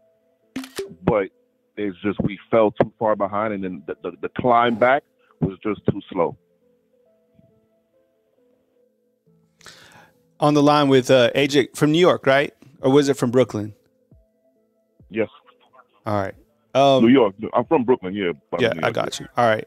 Okay, so first of all, I appreciate you calling in, man, because I was wondering, man. I was like, listen, man, like, at some point, AJ's going to call back, all right? So listen, first of all, I appreciate you calling in. All right, so let me give you my rebuttal on Milroe. I let you talk, and I appreciate you giving me the floor now. All right, so when you look to Jalen Milroe, I think the thing about him, what has been really amazing, was when you look to the actual stats, this season, it's been really amazing to see how he has transformed from the beginning of the season to now when he has this team completely under his wing, right? You look at the stats right in front of you, and you see his Pro Football Focus grades. I mean, 88.3 against Ole Miss, 90 against Mississippi State, and for whatever reason, I mean, that people can't get that Week 2 game out of their mouth. But when you look to the overall stats and the passing statistics, I mean, this guy has been really unbelievable, to be honest, AJ, because you look to the fact that this is the crazy stat that stood out to me, is he has 12 rushing touchdowns, which actually leads college football. FBS. And then on the season, he also has all these touchdowns that he's been racking up through the air as well. He had another 3 yesterday, and his deep ball accuracy has always been there, but that short intermediate, it's been getting better, 100%. But the way that he played against LSU, that's kind of the game that I'm harping on with Jalen Milroe, because I think he has an ability to really just take over a game because he is that dynamic of a quarterback. We haven't seen that against Kentucky. We didn't need to see that against Chattanooga, but he didn't need to do that. So I think that the best player in college football, the most dangerous, is probably Jalen Milroe. I think regarding Alabama overall, this team, like you said, I mean, you said it, that this team is one of the best teams in the country. And the problem that we're having with this playoff selection committee is that kind of like the same thought process about Milroe and how he played in the early part of the season. Because when you look to this team's overall resume, this isn't sensationalizing anything. I mean, these are the physical stats. I mean, they've won 9 games in a row. But the statistic that I think stands out the most about this team is the fact that they are 7-0 in SEC play. And I think when you compare the conferences, which is very hard to do because it's all hypothetical, you could just say this conference is better than this, whatever. No, like the SEC historically and this year, they have quite a few teams inside that top 25. This is a good team. It's a good conference, great conference, probably the best conference in college football. I mean, the way that Georgia is playing, like this might all be like a mute point because they might just be a buzzsaw and end everybody's hopes and dreams, right? But I think overall, like the SEC is the strongest conference, and right now Bama's 1-2, and honestly, the facts and the stats back it up that Jalen Milroe has certainly improved, and I mean, this guy's even his Heisman Trophy numbers, I mean, are climbing up there. I mean, the guy's balling out. AJ, what you got? Kyle. All right, listen. I will concede to you. He's playing much better football. I still don't see what everybody sees. I still think he misses more passes than he should. I don't think he looks comfortable back there. I think he's a product of the team around him. That's what I think. The thing about Milroe is this, right? As great as you think he's playing, as great as his Pro Football Focus numbers are, whatever, when he plays a team like Michigan, Georgia, the teams that really play defense, I'm not talking about these run-of-the-mill teams, I'm talking about defense, right? They're going to force him to be a quarterback. Mm-hmm. He's not a quarterback. That's when you're going to see him not being able to, those 20-yard scrambles aren't going to happen. He's going to have to go to second read, third read, maybe fourth read. And he's just not able to do that. I understand what you've seen. I get it. But I'm telling you, when you force him to play quarterback, he freezes up, he throws interceptions, he throws it to covered receivers. He's just not a quarterback. But I understand. He's in college, he's deadly because of his legs and the potential of what he can do. I get it. I've been watching Alabama football like when I watch Tua, right? Kyle, you remember Tua. When Tua dropped back, it was like magic. It was like I know somebody's gonna be hit in stride. I knew it was a 5-step. I would count his steps 1, 2, 3, 4, 5, and then you would see him go through one read, second read, and it'll be like it's magic. Like you were watching a quarterback. I was like, oh my Lord, I love watching this guy play.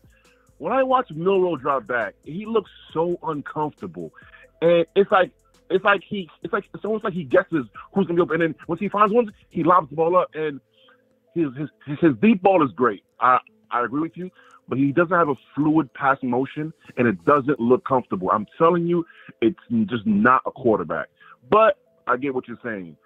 The committee does not respect SEC. The SEC is the best conference in the league. I couldn't see Alabama falling behind 14 to that team FSU played. I don't even know who they played, but I couldn't see Alabama falling behind to that team. If Alabama plays Oregon State, they're not going to win by 2. Of course, like we all see this guy. Like Alabama is probably the best team in the league. Georgia maybe is better than Alabama because they're like head for head. But unfortunately, it's just the road. It's just you're going to have to skip a lot of undefeated teams. And I don't think the committee has the guts. Honestly, the committee does not have the guts to do what we know should happen, which is skip all of these mediocre teams who've gone undefeated because their conference sucks. The committee does not have the guts.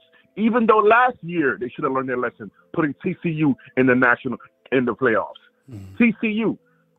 It's like we keep doing this every year, but unfortunately, because of human error, because of these people that they're choosing to be in the committee. I heard there was a Pac-12 guy in there. It's just silly. You're not supposed to put Pac-12 directors or commissioners or whoever. That's bias. You're supposed to put football people in there.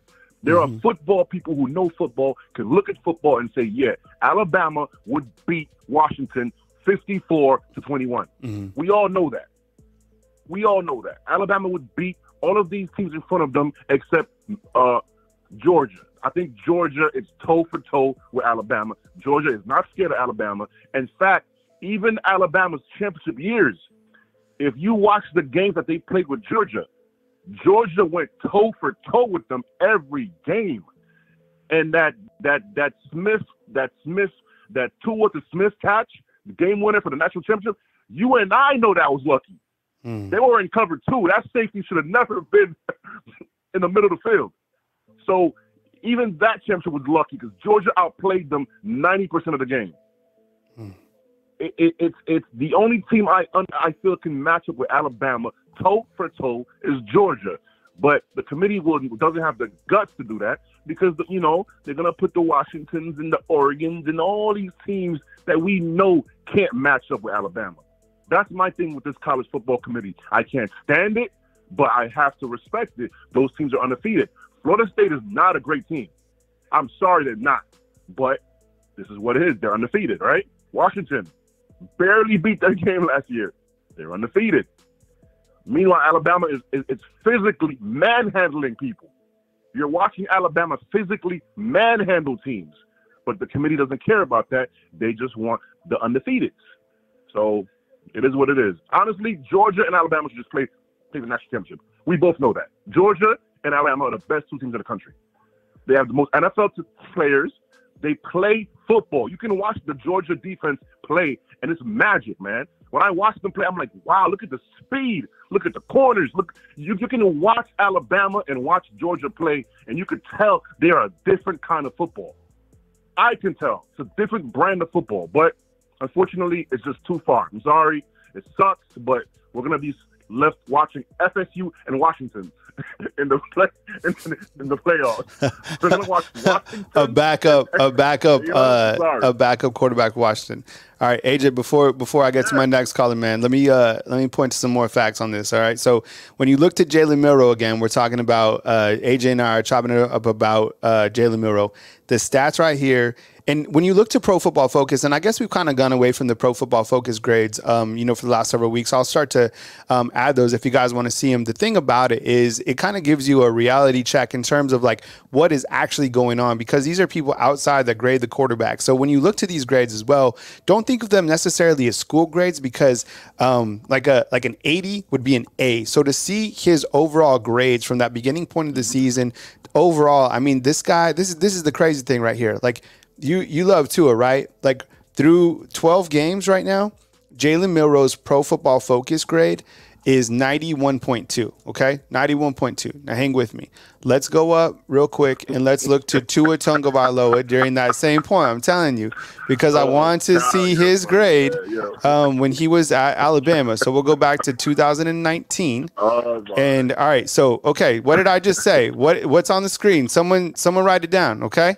You love Tua, right? 91.2. Okay, 91.2, right? Yep. AJ, this is gonna be our last. This is it, man. I'm gonna make you a Jalen Milroe. I'm gonna make you believe. Okay, in 2 seconds. Okay, you guys ready for this? 90. Hold on, 91.2. You ready? You ready? 91.2. Past 83, Kyle. Okay. 83, Kyle. Kyle, past 83. Okay, that's fine. But I'm saying overall grade. Okay. Overall grade. You ready? Okay. 3, 2. Okay, I'm ready. 3, 2, 1. 90.3. 90.3. All right. Okay. Those are facts. Those are facts, AJ. Oh my! I'm gonna buy you a Milroe jersey. You can go to CVS right now and get his autograph if you were here. AJ, I gotta go to my next caller, man. Make one more point before I bounce out. Wait. 1 second, Kyle. 1 second, When we talk about this again, you're gonna look at pass attempts, which Tua is throwing for 35 to 40 attempts, while Jalen's throwing for 15 to 20. That's one, right? One is carrying the offense with his arm. The other one is throwing 20 passes a game. And then look at passing rating. Passing. Not just offense. Passing. Tua threw 35 to 40 passes a game. He was the offense. Jalen throws for 20 passes a game. Yes, you're gonna have more of a greatest score. But they're completely different quarterbacks though, AJ. The facts are they're completely different quarterbacks. It'd be like comparing like the different quarterbacks between like Mac Jones and Jalen and Tua versus Jalen Hurts. Like they're all different quarterbacks. AJ, I got love for you, man, but I got to move to my next quarterback. I got to move to my next quarterback. I got to move to my next caller, AJ. All right, man. All right. See you. I'll call back next week, man. All right, man. See you, AJ. Take it easy, man. Enjoy your Sunday. Late. All right. We got a 980, a 256, and a 973 up next. That's fun. The stats are facts. I'm gonna buy AJ for Christmas Jalen Milroe jersey or a Lank hoodie. So check this out. Right now, I just saw this and I forgot about this. So taking place right now in Tuscaloosa, down at the university on the Strip, there's an opportunity to get autographs to the players. I think there's Malachi Moore, Terrence Arnold, Jalen Milroe. So if you're in town, you can go over there and wait in this line. So if you're accustomed to the Strip here in Tuscaloosa, the line literally goes from the CVS all the way past Galette's, like all the way almost back towards like the Walk of Champions. What's amazing about that is kind of the buy-in from the fans that they've been able to follow this team, because this group of fans, I think, is so spoiled to what has happened in the past under Nick Saban, just winning by large margin. This year really tested fans, right? We saw people, what was crazy, we need to go back to the comment box and screenshot some of these, because there were people at a certain point in time that were calling. And look, I think Coach Prime is a good coach. I really do. It's just, that's a tough place to coach in Colorado. But there are people calling for Coach Prime to come to Tuscaloosa and to take over. These are facts. This is what's happening. So Kyle is getting flustered for a QB that checks his reads. Dude. Byron, what's up, man? I got love for you, man. The kid is winning. He is doing all the things that Coach Saban has asked him to do. What Coach Saban did in week 3 against South Florida was to show every single person in the nation that these quarterbacks could not lead this team to where they wanted to go. He had to literally show you guys. And I think in time, you're going to see Ty Simpson do really good things and, other quarterbacks on the roster. But look, this is the guy. And he's doing amazing things. And the progression that he continues to make, I mean, think about when he comes back next year. You guys are going to love the fact that he's coming back next year. Jalen Milroe leaves next year. I mean, this is a different team. Yeah, and there's going to be another quarterback to rise up. But for right now, Jalen Milroe, you don't want to admit it, he's the most dangerous player in college football. Ask any other defensive coordinator out there if they want to deal with him, whether you believe in his intermediate passing or not. You don't want to deal with Jalen Milroe, plain and simple. He's going to beat you. You cannot beat him when they unleash him at full go. You can't. 100%. All right. I appreciate the super chats. What's up, Adam? Thank you so much, man. Great show. I think it's ridiculous that we schedule cupcakes like Chattanooga. What a waste of time. Anyways, Bama is definitely a top 4 team. Milroe has improved a lot. Yeah, 100%. I mean, those, and we also got a super chat in there from Claire and from the GOAT as well. Thank you so much. I really appreciate the super chats. Adam, yeah, these back end games against these Chattanoogas or these North Alabamas, they're meaningless. I mean, yesterday I even saw like a dip in the analytics because people just don't care about that. They care about, I mean, the most interesting thing that happened yesterday was the fact that there was a punt return for a touchdown from a freshman. Other than that, I mean, really nobody, cared about the game that was taking place. And I get it. I mean, it just wasn't an interesting game. It was a sleepy atmosphere. But for the most part, the funniest thing is at the end, they always tell you the attendance. There was not 100,000 people there. So they always tell you like the sold out ticket attendance. So every single game is sold out, but that game was not sold out yesterday. And I have photos to prove it. Anyways, with that said, I mean, the transformation of this team has been amazing. I appreciate AJ calling in. We got a 980 and let's do it right now. Hey, thanks for being patient. You're on the line with Kyle Henderson. Who I'm on the line with and where are you calling in from? What's up, Kyle? It's Q from Georgia Roll Tide. What's up, Q? Q, right? Yep. What's up, man? I appreciate you calling in, man. Thank you so much for calling in from Georgia, man. Take it away and welcome to the show.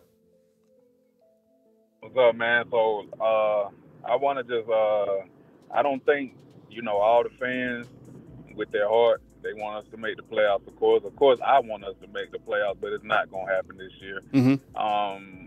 That loss to Texas, man, that's really what's keeping Bama out of the conversation, and rightfully so. Mm-hmm. If it was the other way around, and we was in Texas situation, we'll be wanting. No matter when you win, you want credit for each win that you have. Mm-hmm. Texas beat us; they beat us by double digits on our own field, so that's something you can't negate. So, and the other caller, I think it was about 2 or 3 callers ago, and then the last guy you had, I don't see what they see. They're saying that, they're pointing out the rest of these teams having struggle wins. Bama has struggle wins. Besides the first game of the season, they played Middle Tennessee State. That's a game you should have won. Mm-hmm. The USF obviously was a struggle win. Mm-hmm. And kind of compare that USF game to kind of like the North Alabama game where Florida State had. Yeah, we didn't have Jalen Milroe in the game, but still, we're still a Division I program, mm-hmm. one of the best teams in the nation. There's no way we should have just beat USF by 14. Hell, we could have ran the ball and blew them out. Mm-hmm. Ole Miss, that was a struggle win. You're down at halftime. You came out and played good in the second half. Mm-hmm. And again, we beat Ole Miss by 14. Georgia demolished them. Mississippi State was probably the best game of the season to that point. You struggled to beat Texas A&M. You struggled to beat Arkansas. Even then, Tennessee, I believe, they flipped that switch in the second half. Then you go to the LSU game. That was a back-and-forth game right into the fourth quarter mm-hmm. when they took over the game. Mm-hmm. Kentucky was probably the best game they played, even though they let Kentucky in a little bit. Mm-hmm. And then, of course, you beat Chattanooga. So, yes, Bama has the wins, but the quality of wins they're having. Like, you see how Georgia just dismantles teams. Alabama hasn't had no dominating wins this year. Mm-hmm. I think the thing when you look to Alabama's, how you feel about that? Yeah, I think when you look to Alabama's schedule and you're trying to figure out, like dominating wins, they might not have a dominating win per se, but I think this is what I kind of go into the committee with. If I'm part of the staff, if I'm presenting my case on these guys. What's up, AJ? I appreciate your comments inside the comment box, man. That 7-0 record against SEC play, to me, that speaks volumes. And the way that they were able to win games consecutively during that stretch was impressive. Starting out with, Texas A&M, Tennessee, LSU, and Arkansas, whatever that was. I mean, that was a tough stretch of games for anybody in the world of college football. So Eric D wants to see. Let me ask you this question. Go ahead.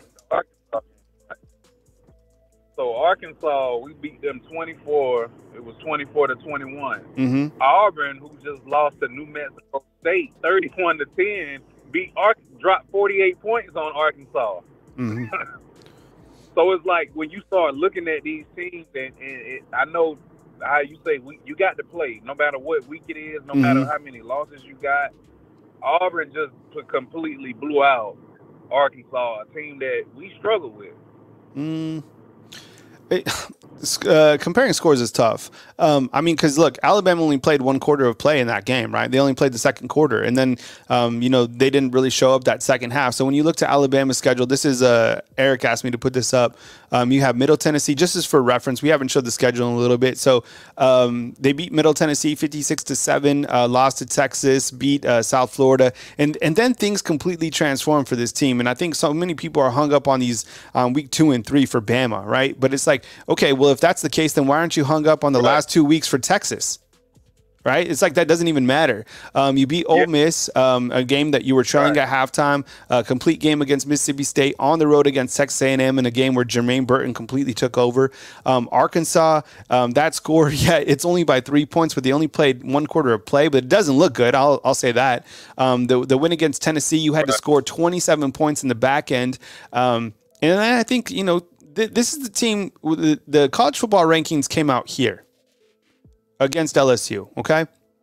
And the reason I point that out is because you look to the last 3 games that Alabama has played, and granted, you take Chattanooga out, they've played in 2 complete games, and those scores should actually be different as well, because against LSU, you missed 2 field goals, and they scored that late touchdown before halftime, right? So that game could have been, a much larger margin. And then against Kentucky as well, they scored that late touchdown, which was a fumble, so it should have been 49-14. Took care of Chattanooga. So that's why, when the committee is saying that they start every single week with a new slate, I think that's complete, BS, because they absolutely continue to harp on the fact that Alabama lost in week 2.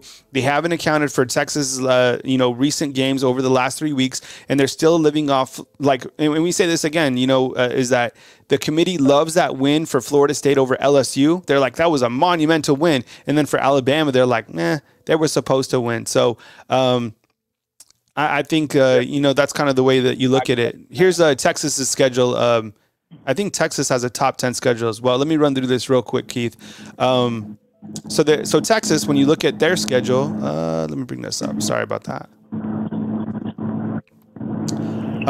They defeated Rice, then they defeated Bama, Wyoming, Baylor, Kansas, and then kind of these last couple games, they lost to Oklahoma, and then they beat Houston by 7, beat BYU, and then look at these last 3 games. Overtime by 3 against Kansas State, not even a top 25 team. Then they play TCU in a game they allowed 20 in the back end, and then they won last night by 10. Their wide receivers and the quarterbacks are good. I'm not going to deny that, but it's just a different team than it was at the beginning of the season. What else you got, Keith? Yeah, when you look at other teams, man, like I said, Texas, man, of course, I think it's not about it's about like, okay, they played and Texas beat us by 10 at home. So even with Texas having those struggle wins in a sense, Bama has had the same thing. But what I have a problem with is the committee not holding other teams to the same standard that they hold Alabama. Even when who can won the game? If you win, and that's all that should matter. And like I said, Bama got punished twice because I feel like they dropped them a little bit too much when they lost to Texas. And then you have the bad win against the bad win against USF, and they go from 10 to 13. The AP poll, well, that was before the college football playoffs come out. So you look at Washington playing close games, Florida State playing close games, Michigan, even Ohio State, in a sense. Those teams haven't necessarily been punished because, you played such and such closest, but Bama's getting punished for it. So I feel like, man, it looks like they're trying to keep us out. And like I said, man, I feel like, to me, I didn't expect us to be in this position. If you look at that Texas game, this is a completely different team, man.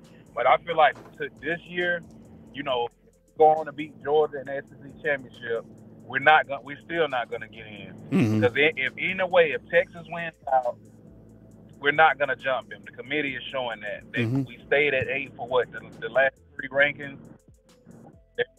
They want Oregon in. Oregon's sitting there at 6. So we'll see how the rematch goes. Because would they end up having to play Washington again? Correct? Yeah, correct. Okay, so whoever wins that rematch is definitely in. If Washington wins that game, but what I'm saying too, if Washington wins that game, they're definitely in. I feel like if Florida State wins out, which I think they will, they're in. So that's 2. But how you feel about this? So say Ohio State loses to Michigan, they're at number 2. Can they drop them out of the top 4? Or if it's the other way around, if Michigan loses, who would they drop out of the top 4?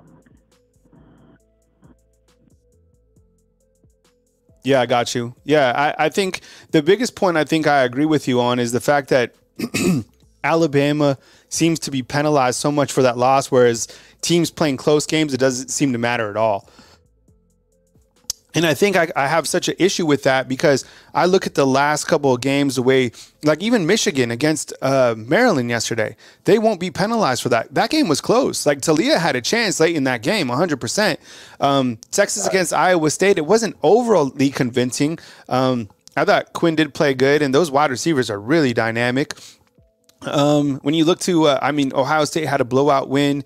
And look, this is something that I'm going to be so frustrated if Florida State isn't penalized for trailing North Alabama 13-0. And this was when Jordan Travis was in the game. And I'm not going to ever say anything bad about Jordan Travis. I mean, why would I? I hope the kid gets better. That was terrible. But I'm saying, and I said this earlier in the show, just think about this for 1 second, please. What if Chattanooga was beating Alabama 13-0 yesterday? That would be the headline of ESPN. We're not even talking about that. Right. It's like it didn't even happen. That won't even come into play on Tuesday during the rankings. They won't even talk about that. And it's so frustrating because, they're not. Right? It's like, I don't get it. Look at it like, they had a 58-point swing and they went on a 58-0. Yes, that's exactly what they'll talk about. Yes, 100%. Yeah, and it's like, without their quarterback. Yes, 100%. Yeah, yep. So, it's hard to stack up. Keith, I got to move to the next caller, man, but I appreciate you calling in, and please call again next time. All right, we'll call again. Roll Tide. All right, man. Roll Tide to you. All right, we got a 256 and 973 and a 404 coming up next right here on Bama Football on YouTube. Kyle Henderson, I hope you're having a great Sunday. Let me know you guys are watching from or whatever inside the comment box. I appreciate you guys being here and joining Sunday with me. I figured I'd get on Sunday. I've been doing the morning shows. I think they've been great. Sometimes in the evening times, there's so many people that have started doing these shows.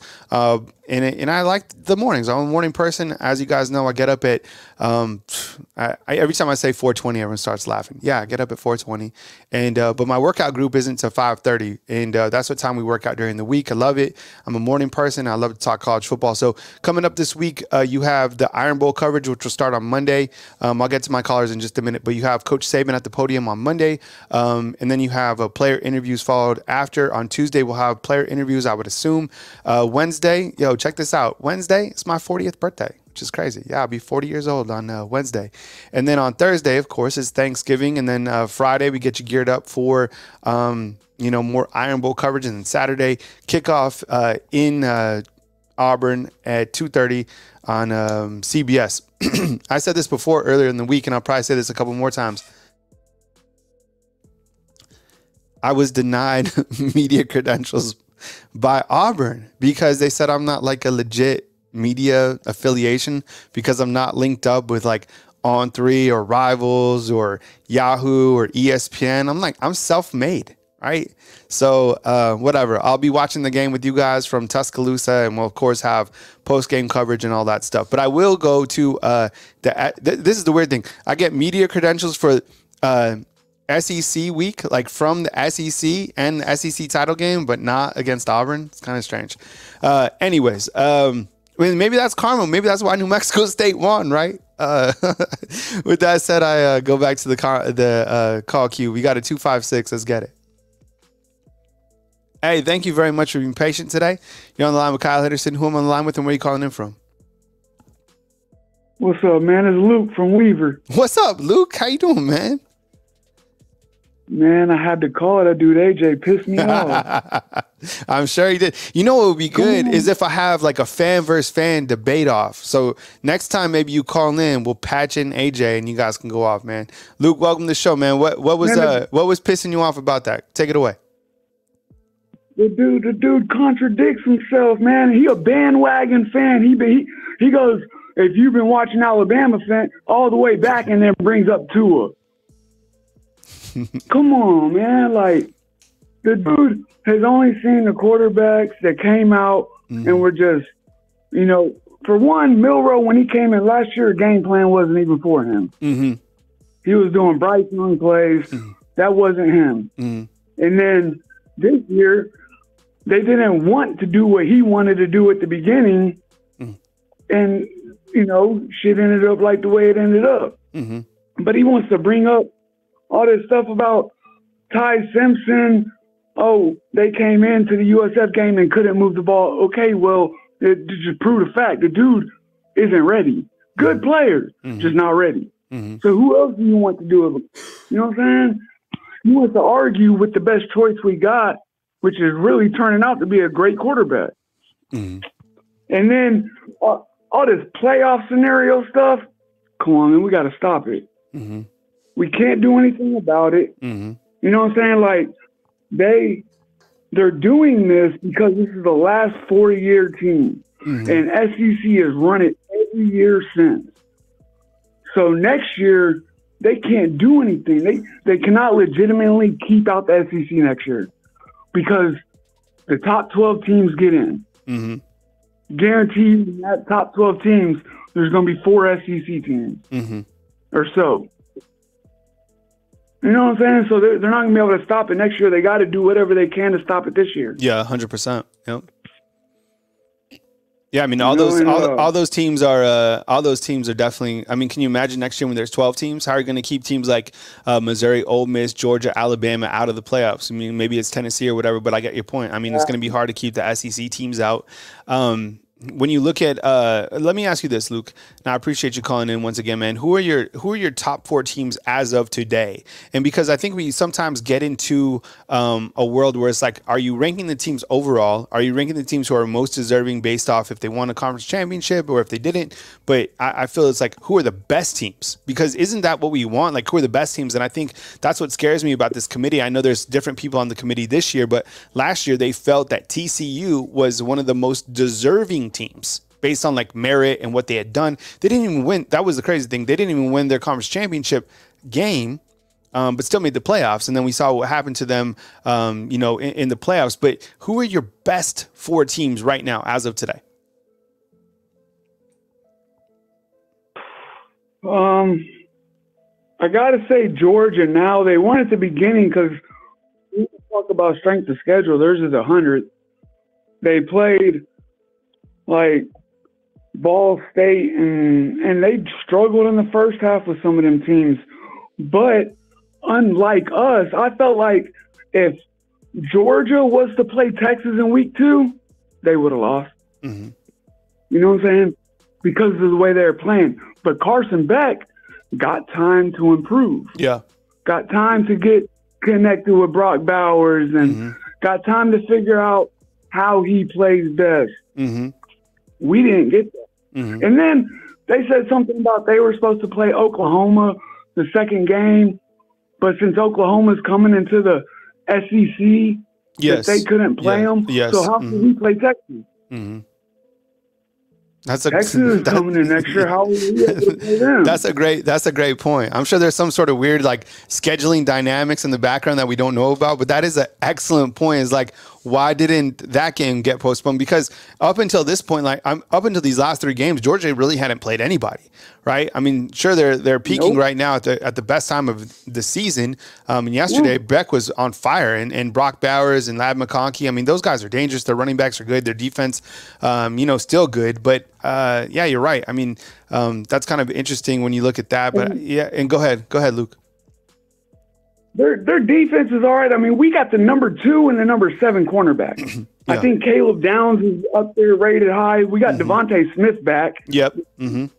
Watch out. Like you said, he was supposed to be a starter. Let him get hot. And then Jalen Key, he got reps, so he's doing better.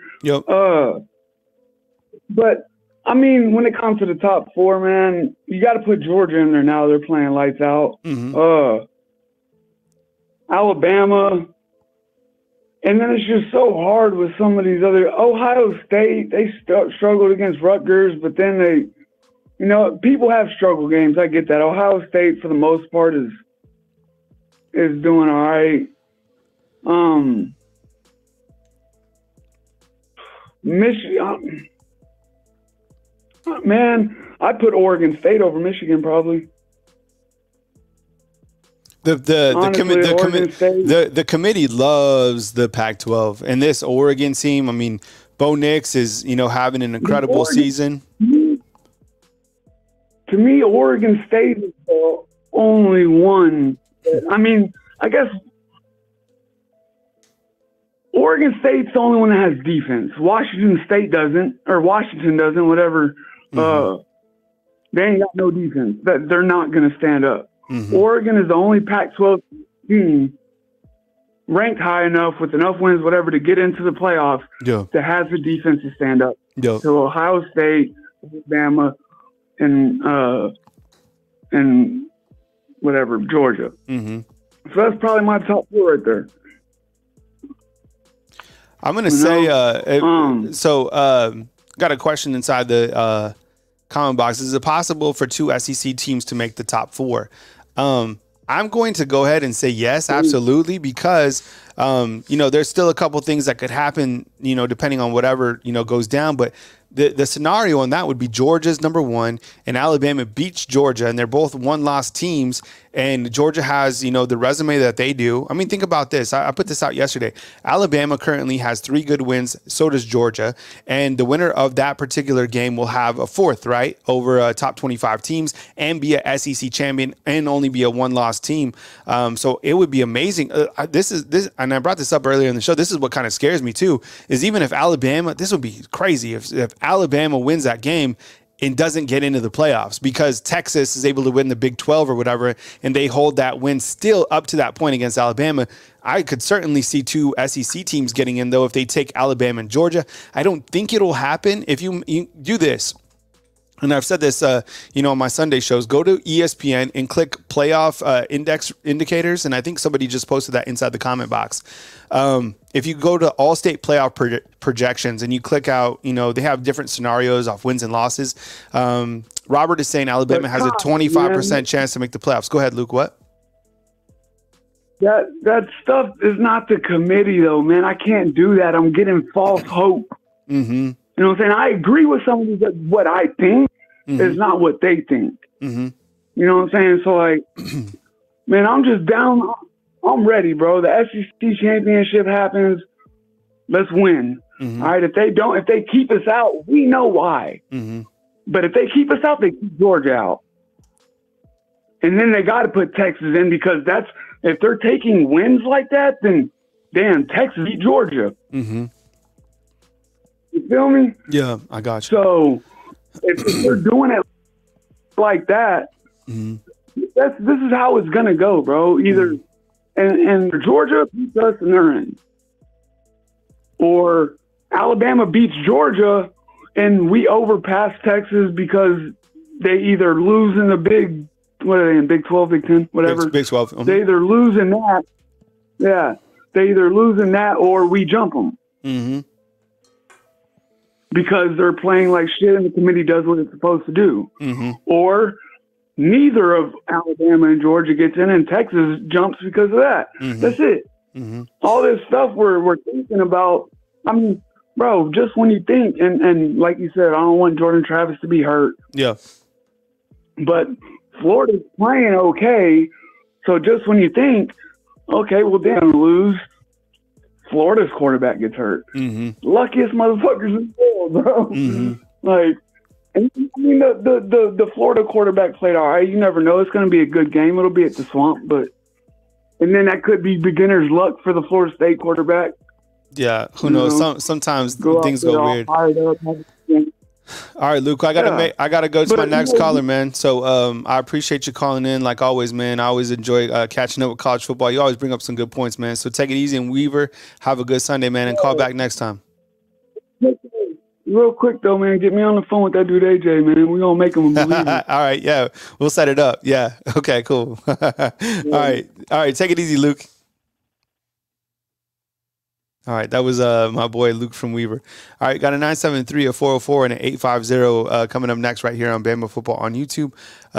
Dave, what's up, man? He says this one is from you, for you. Go to Mexico State. I know, it's crazy. So the crazy thing is, too, is not only did Alabama come up and play Auburn and win with 1.8, stay with me here, okay? Since I've been here, New Mexico State has come up to Tuscaloosa twice, okay? Twice. So I've got to see, I'm friends with the AD over there. They've come up and they've played, and, you know, they took it on the chin. Alabama gave it to them in both of those games.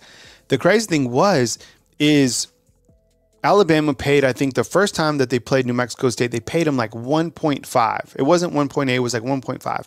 But the following year, so that was in 2019. So the following year in 2020, New Mexico State was the only team in the country from FBS that didn't fall into a conference. So they didn't play an entire season. So that money literally kept their program alive until the following year when they played Alabama again and got another payment of like 1.7. So Alabama football honestly kept New Mexico State football alive. It's a crazy story. And now, you know, with this win, 1.8. So when you look to those different levels, because when you go to a New Mexico State game, there's like 15,000. I'm sure it's different now because they're absolutely rolling and they've won 9 games on the season. But, you know, when I would go to school, I mean, there's like 10 to 12,000 people, if that, at the stadium. Of course, your rivalry games are different. Like they play UTEP isn't too far away. It's like a 40-minute drive. And then Albuquerque, where I used to live as well, is like 3 hours from Las Cruces. But overall, that's kind of crazy that they played 2 times up here and then they beat Auburn. I never would have thought in my wildest dreams that they would have beaten Auburn. And they did convincingly.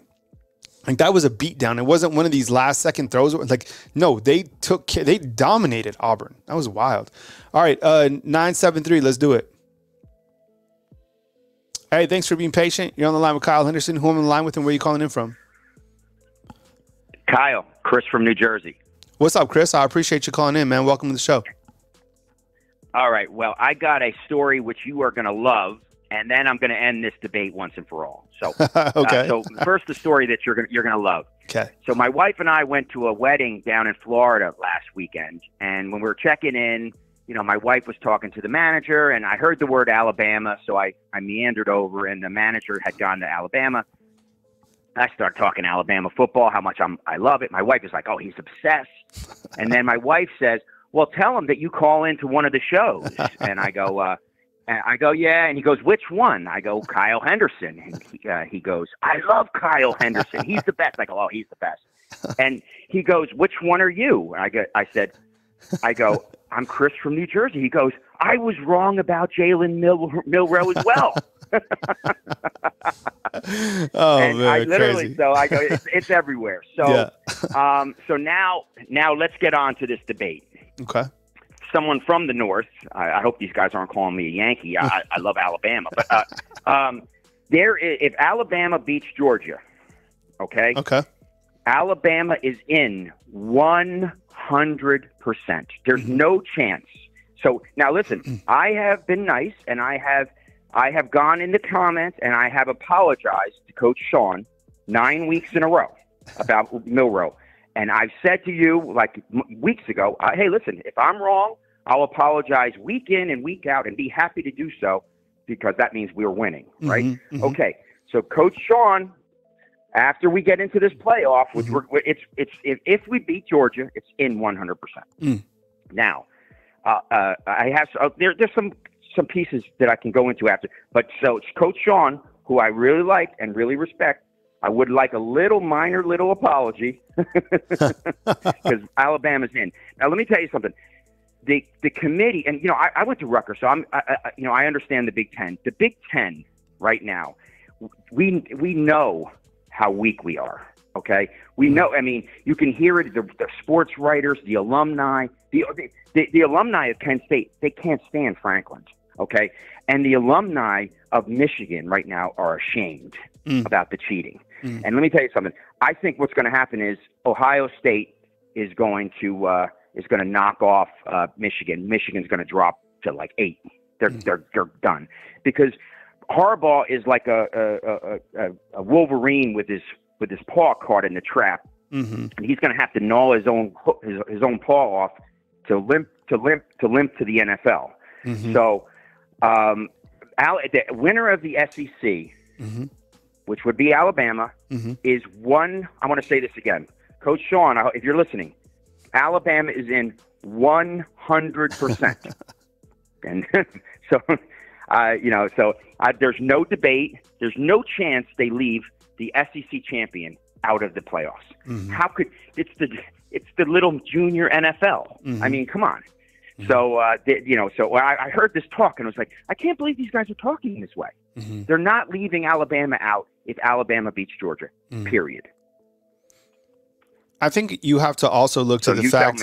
I put this out, and I don't tweet a lot. You guys can follow me at Twitter. I'll put my YouTube handle out. But I put this out yesterday, and these are how I have the college football playoff rankings. And I guess I should have showed this earlier. And kind of this is my reasoning to go along with that. And I do agree with you in the fact that if Alabama is able to beat Georgia in the SEC title, that they get into the playoffs. I think that everything that you've seen on Alabama's resume added to the fact that they would be able to beat Georgia in a every single eyeball would be on that game. So I would think they would get in as well. This is how I have the rankings right now. This is my take, and you can follow me on Twitter, Bama, YouTube. Pretty easy to find if you found the YouTube channel. But I have Georgia number 1, 3 good wins consecutively. You have Alabama with 3 good wins. So consider these wins top 25 wins from the college football playoff rankings. You also have Ohio State, who has 2 good wins, really one. You have Penn State and Notre Dame. That's who they beat. You have Washington, who has 2 good wins now that they beat Oregon State. And like Luke was saying from Weaver, Alabama, Oregon State's probably the only team in that conference that does have a defense. Last night's score was 22-20.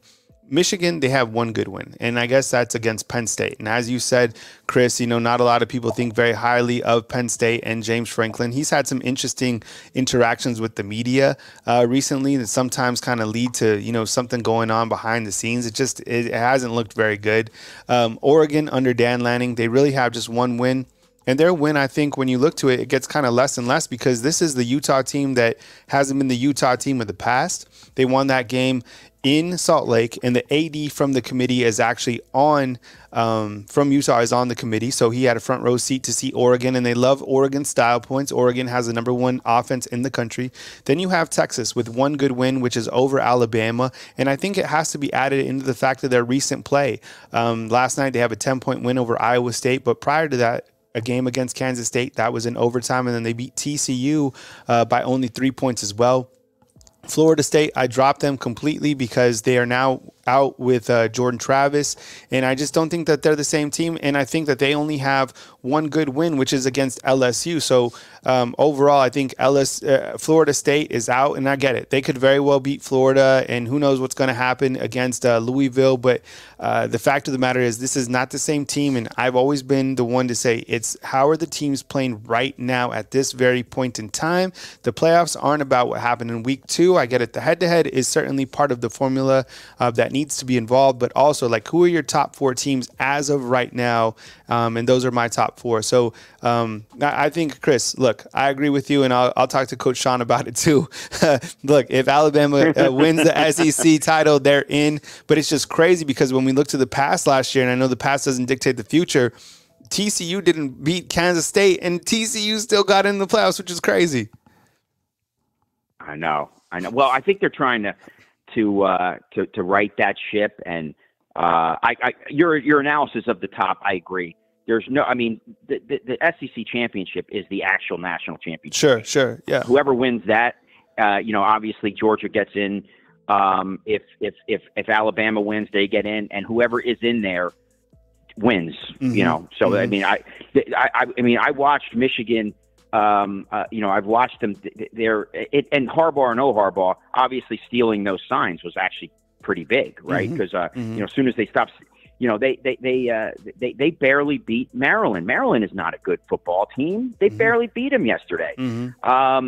And Ohio State, we all know what happened against Notre Dame. I think those teams. I think some teams in the SEC beat those. Some third or fourth or fifth teams. You could beat those teams. Maybe Lane Kiffin puts up a good game plan and gets ahead and rides that out to a victory. That could happen. I mean, he's a brilliant offensive coach. But come on, and I do want to say one thing is I'm so happy that you guys all proved me so wrong about Jalen Milroe. Listen, I'm happy to apologize. Remember when I was complaining, a couple months ago to you, I was saying that he wasn't setting his feet. He was, by the way, watch his feet. And I'm talking about, don't watch his feet against Chattanooga. Watch his feet against Kentucky. He is setting his feet. This guy, Tommy Rees, is doing an outstanding job. And listen, this guy, we got to remember one thing is this guy came from Notre Dame where he didn't have the talent level of Alabama. Sure. It's taking him a little while to get going. And now he's formulating a game plan. He knows what to attack. He sees what they're taking. Hey, listen, when Milroe had to beat teams with his arm, he did. He did beat them with his arm. Yeah. If they're gonna stack up the box, boom. If they're gonna go out, they're gonna go into zone coverage. He's gonna take off and run for 50 yards. Yeah, and I think the two games to point to that going forward are, look, he beat LSU with using his legs, right, in a combination of going through the air, and against Texas A&M, a team that certainly challenged them to beat him over the top by throwing, he beat them as well. So, the guys continue to show up game after game, and he's proven that he can, most importantly, improve week by week. And you're right, Tommy Rees has done a great job with the quarterbacks. But number one, the most important thing is at the end of the day, Jalen Milroe has proven that he can win games and win big games, and he's only getting more momentum. And I think the best thing about Jalen Milroe is the fact that he's still playing with the chip on his shoulder, because there's so many people like your AJs and everybody else there's so many people that still, like, I would say during one point in time, I would say that there was probably 65% that didn't believe in him. And then he won a big game against Texas A&M, and I think it kind of shifted to maybe there was like 40%. And then he won LSU, and that kind of shrunk down to like whatever, 35%. There's still a large percentage of people, and large by, I say, like 25%, maybe 20%, which is still large in my opinion, that don't believe in Jalen Milroe, that doesn't believe that he has the ability to win a big game, win an SEC title game, whatever. And I think that's adding to the fuel, and that's perfect for him, because you want that chip on your shoulder when you're a quarterback like that, especially going into a game like Auburn. Don't overlook it. I think he'll rise to the occasion, and I can't wait to see what he does in these next 2 games. I mean, the guy is so dangerous with the football in hand. He can beat you over the top. He continues to improve, and most importantly, he knows how to win football games. Anything else, Chris? Oh yeah, one last thing, and with Bradwell going out for the targeting, does he have to sit out no, the first no, half I had Auburn? that was a good question. Okay. I had originally said that he did, but since it happened in the first half of that game, he just had to sit out the remainder, which is kind of unfortunate because that was his senior day. But again, it clearly was targeting. Brian Kelly, that was targeting. Yeah, that was 100%. I don't think he was trying to like purposely knock the dude out of the game, but that was 100% targeting. So he will be able to play from the get-go against Auburn. Well, you see how much he elevates Dallas Turner's game when he's in the game. Yeah. It's dramatic. Oh, and listen, one last minor little thing, and I don't want to go to negative town about Pete Golding. I've already called you multiple times complaining. I don't want to do that. But can we give this guy, Kevin Steele, can we give him like a round of applause? Yeah. I mean, he is, I mean, this is, and look how many guys from last year's defense are in the NFL starting. Yeah. All right. Will Anderson is tearing it up, Brian Branch, et cetera, et cetera. This guy is doing a bang up job on the defense. Listen, I would say this, as a Giant fan, who was the best halftime adjuster in almost in NFL history was Bill Parcells. Mm-hmm. He beat teams that were better than the Giants at halftime. Mm-hmm. So it goes to show you how, whatever's happening in the first half, Kevin Steele is locking them down in the second half. Yeah. His adjustments are, when you see a team that goes, oh, no, look at this, the second half is worse than the first. Mm-hmm. That is bad coaching. It has nothing to do with the players. It's bad coaching. And the defense for Alabama plays twice as good in the second half as they do in the, and so that's all on Kevin Steele and Nick Saban. Of course, I'm not taking anything away from the GOAT, but listen, I'm super excited for this week. I wanted to say to you again, by the way, there is no other shows. I only watch one now. They're all gone. They don't exist. There's only your show. So I want to say keep up the outstanding work. I want to say happy Thanksgiving to you, your family, everybody that listens, and roll Tide, and let's so look forward to next Saturday. Yeah, I appreciate you calling in. Thank you very much. All right, see you, Chris. Be well. Be well. Talk to you, Kyle. All right, that was Chris out in New Jersey. I appreciate it. Hey, fam, ran out of time today, so if I didn't get to your calls, hold it against my head, not my heart, and I appreciate you guys joining me today for 2 hours right here on this beautiful Sunday. I really appreciate it. We got a fantastic week coming your way as we get you prepared for the Iron Bowl. You got Coach Saban on Monday. You got player interviews. You got Tuesday. Wednesday, we'll have more coverage as Coach Saban meets with the media one more time before Thanksgiving. Just take a minute real quick just to, I just want to say thank you very much for all the support that you guys have given me this year. One of my, objectives this year is to be consistent, and I hope that you guys see that from me. And you guys can catch me Monday through Friday at 9 a.m. every single day right here on the Call-In Show. So thank you very much for joining me. I really appreciate it. If I didn't get to you guys, call in again next time. And, it's nothing personal. It's just I went 2 hours. So I hope you guys have a great rest of your Sunday. And I will catch up with you soon right here on Bama Football on YouTube.